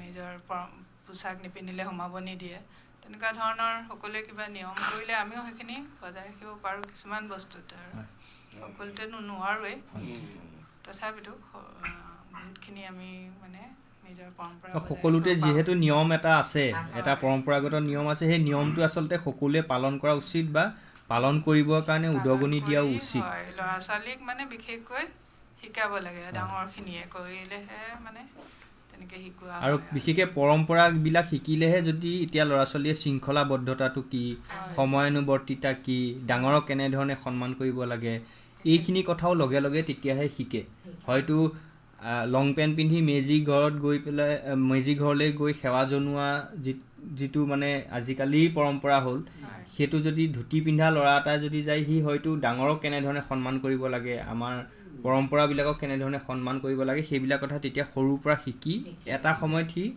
সম্পূৰ্ণৰূপে সকলোখিনি কথা শিকিবগৈ পাৰে হয়তো কিন্তু যদি সেইবিলাকে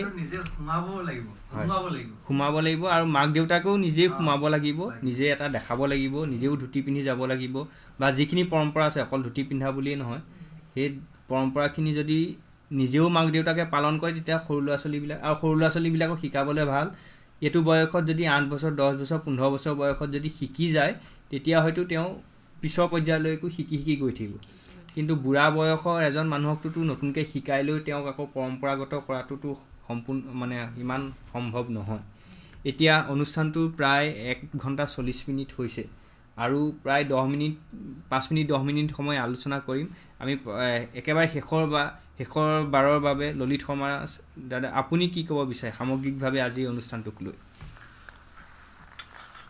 প্ৰথমতে মই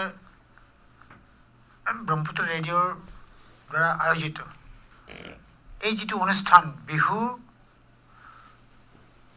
যিটো কেনেকৈ আমি পালন কৰোঁ কোনে কেনেকৈ পালন কৰে, বিভিন্ন জাতি জনগোষ্ঠীৰ মাজত বিহু পালনৰ যিটো পৰম্পৰা আমি সকলোৱে অৱগত হৈছোঁ ইয়াৰ বিষয়ে। বিভিন্ন লোকে নিজৰ নিজৰ মতামত আগবঢ়ালে, নিজৰ নিজৰ অনুভৱ ক'লে, আৰু কেনেকৈ আমি পালন কৰি আহিছোঁ সেইখিনি কথা আমি হয়তো বহুত কথা আমি নাজানো। কিন্তু আজি এই যিটো ব্ৰহ্মপুত্ৰ ৰেডিঅ'ৰ যিটো পদক্ষেপ ল'লে বা ভাস্কৰ, মই বিশেষকৈ তোমালৈ ধন্যবাদ দিছোঁ যে এই অনুষ্ঠানটো আমাৰ কাৰণে খুব জৰুৰী হৈছে আজিৰ যুগত। আৰু ভৱিষ্যতলৈ আমি এনেকুৱা অনুষ্ঠানটো যদি আকৌ এনেকৈ যদি অব্যাহত ৰাখিব পাৰোঁ, আমি বহুতখিনি কথা জানিব পাৰিম। আজি ময়ো বহুত যি জাতি জনগোষ্ঠীৰ লোক, হাজং হওক, দেউৰী হওক, বা মিচিং লোক হওক, বা আমাৰ এই বাইদেউ চাহ জনগোষ্ঠী, বিভিন্ন জাতি জনগোষ্ঠীৰ বিহু কেনেকৈ পালন কৰে আমি বহুত কথা জানিব পাৰিছোঁ। তাৰ মাজতে যিমান আমাৰ শ্ৰোতাসকলে তেওঁলোকেও বহুত কথা জানিব পাৰিছে। গতিকে আমাৰ যিটো বিহু কি, ইয়াৰ তাৎপৰ্য কি, আমি কিয় পালন কৰি আহিছোঁ আৰু কিয় কৰি যাব লাগিব আৰু কেনেকৈ কৰি যাব লাগিব, বিভিন্ন ধৰণৰ কথা আমি এই ব্ৰহ্মপুত্ৰ ৰেডিঅ'ৰ মাধ্যমেৰে আমি আজি একগোট হৈ আমি চৰ্চা কৰিছোঁ। এইটো আমাৰ কাৰণে খুব সুন্দৰ পদক্ষেপ। মই পুনৰ ধন্যবাদ দিছোঁ। আৰু লগতে আমাৰ ইয়াত আমাৰ উপস্থিত আজি মোৰ লগত যিজন সচিত আছে, আমাৰ ভূষণ সন্দিকৈ, বাইদেউৰ নামটো মইনী দেউৰী, তাৰপিছত আমাৰ সুশীলা দেৱী, তাৰপিছত আমাৰ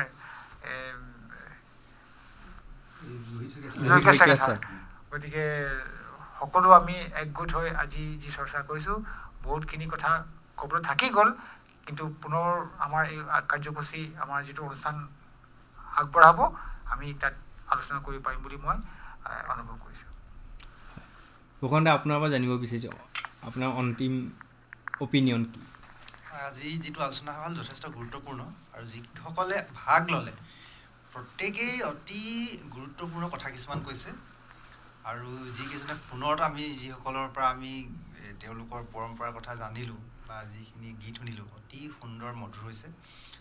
এটা ভোগালীৰ প্ৰাক মুহূৰ্তত এটা সজীৱ অনুষ্ঠান হ'ল বুলি ভাবিছোঁ।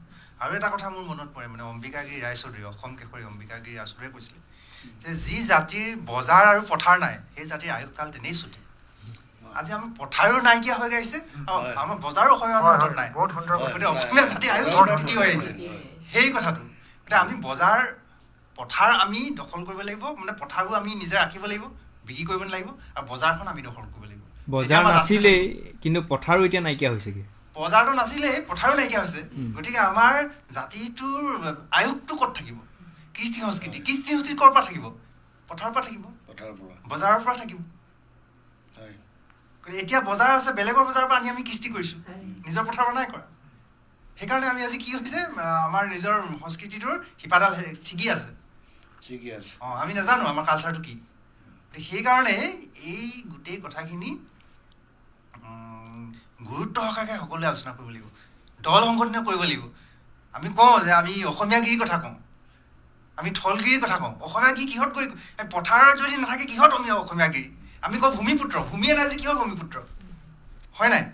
গতিকে আমাৰ অধিকাৰ সাব্যস্ত কৰা যিবিলাক উপাদানবিলাকতো আমি নিজে হেৰুৱাই দিছোঁ।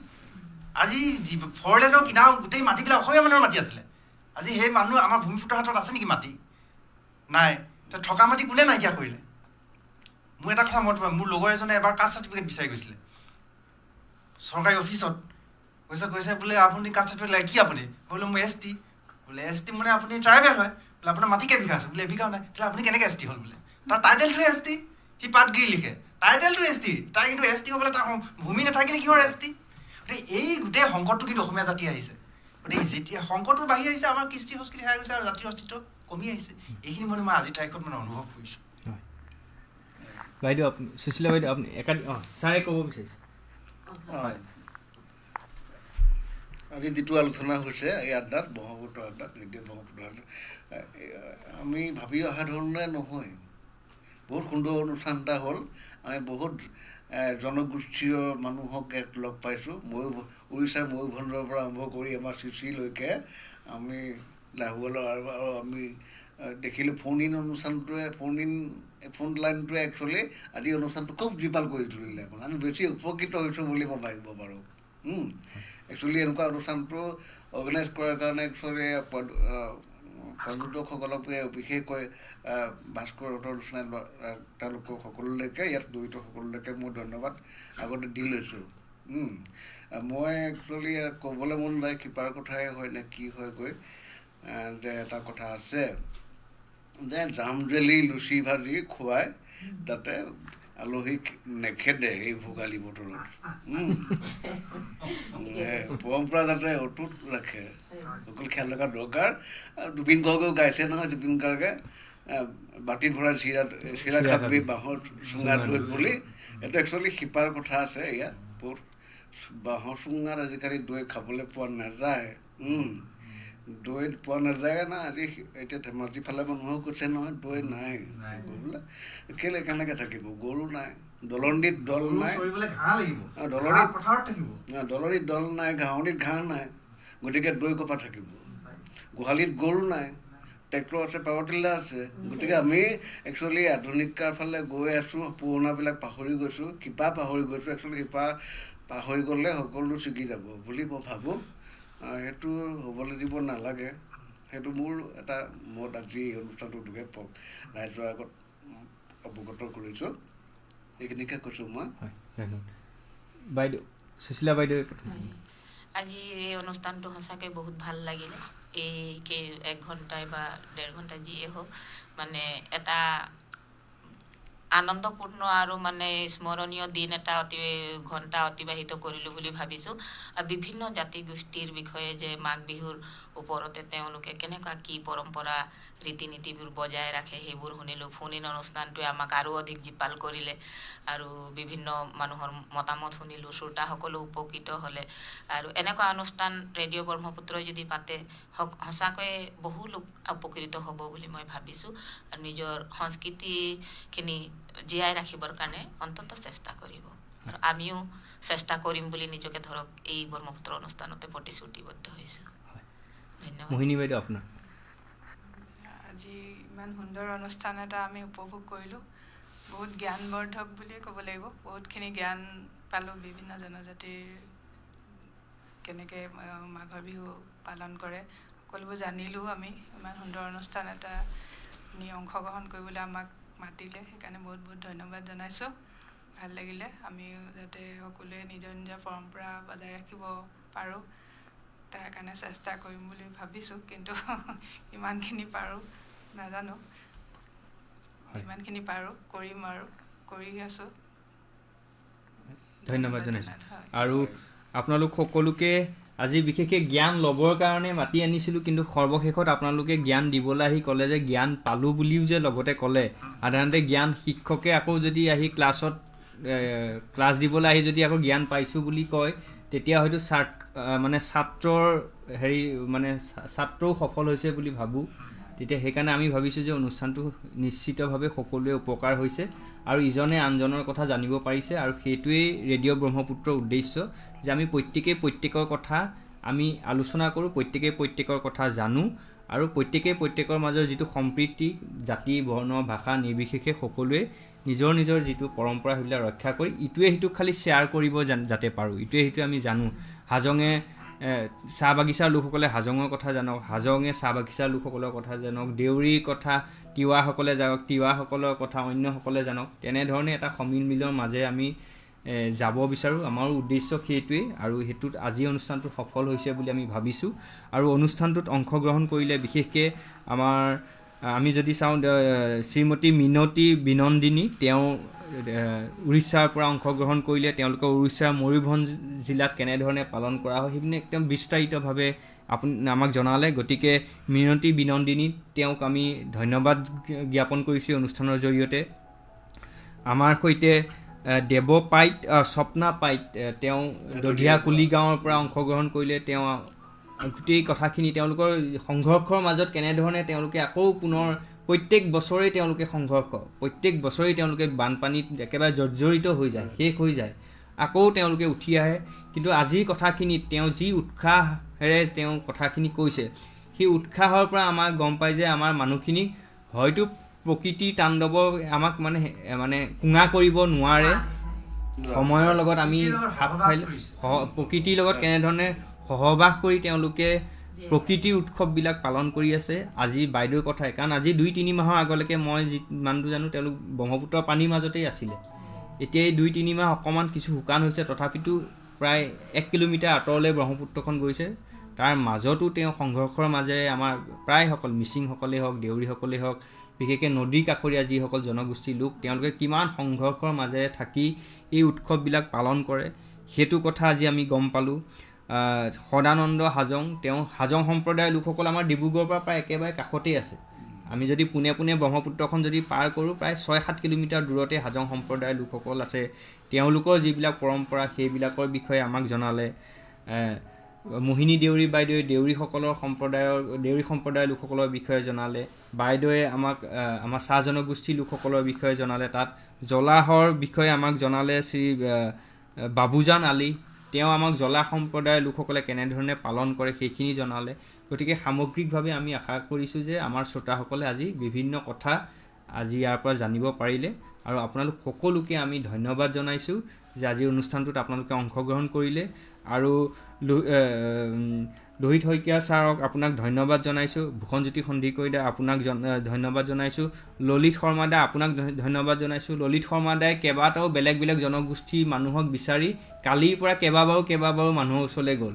মই যিমান দূৰ জানো ললিত শৰ্মাদাই কমেও 4-5 বাৰমান বেলেগ বেলেগ সম্প্ৰদায়ৰ লোকসকলক বিচাৰি তেওঁ গৈছিলে। কিন্তু কিছু অসুবিধাৰ কাৰণে তেওঁলোক, আমি পাঞ্জাৱী সম্প্ৰদায়ৰ লোক, বিশেষকৈ ইয়াত তামিল মানুহো কিছুমানে বসবাস কৰে, তেওঁলোককো আমি মাতিব বিচাৰিছিলোঁ। পাঞ্জাৱী লোকসকলে লহৰী কেনেধৰণে পালন কৰে সেই বিষয়েও জানিব বিচাৰিছিলোঁ। কিন্তু কিছু সময় অসুবিধাৰ কাৰণে তেওঁলোক আহিব নোৱাৰিলে। গতিকে ললিত শৰ্মাদা আপোনাকো ধন্যবাদ জনাইছোঁ। কালিৰ পৰা আপুনি বহুবাৰ তাঁত বাতি কৰিবলগীয়া হ'ল বহু লোকৰ ওচৰলৈ এইটো অনুষ্ঠানত অংশগ্ৰহণ কৰাবৰ কাৰণে। সেইকাৰণে সামগ্ৰিকভাৱে আমি আপোনালোক সকলোকে ধন্যবাদ জনাই আজিৰ এই ব্ৰহ্মপুত্ৰ আড্ডা অনুষ্ঠানটো ইমানতে সামৰণি মাৰিছোঁ। ধন্যবাদ।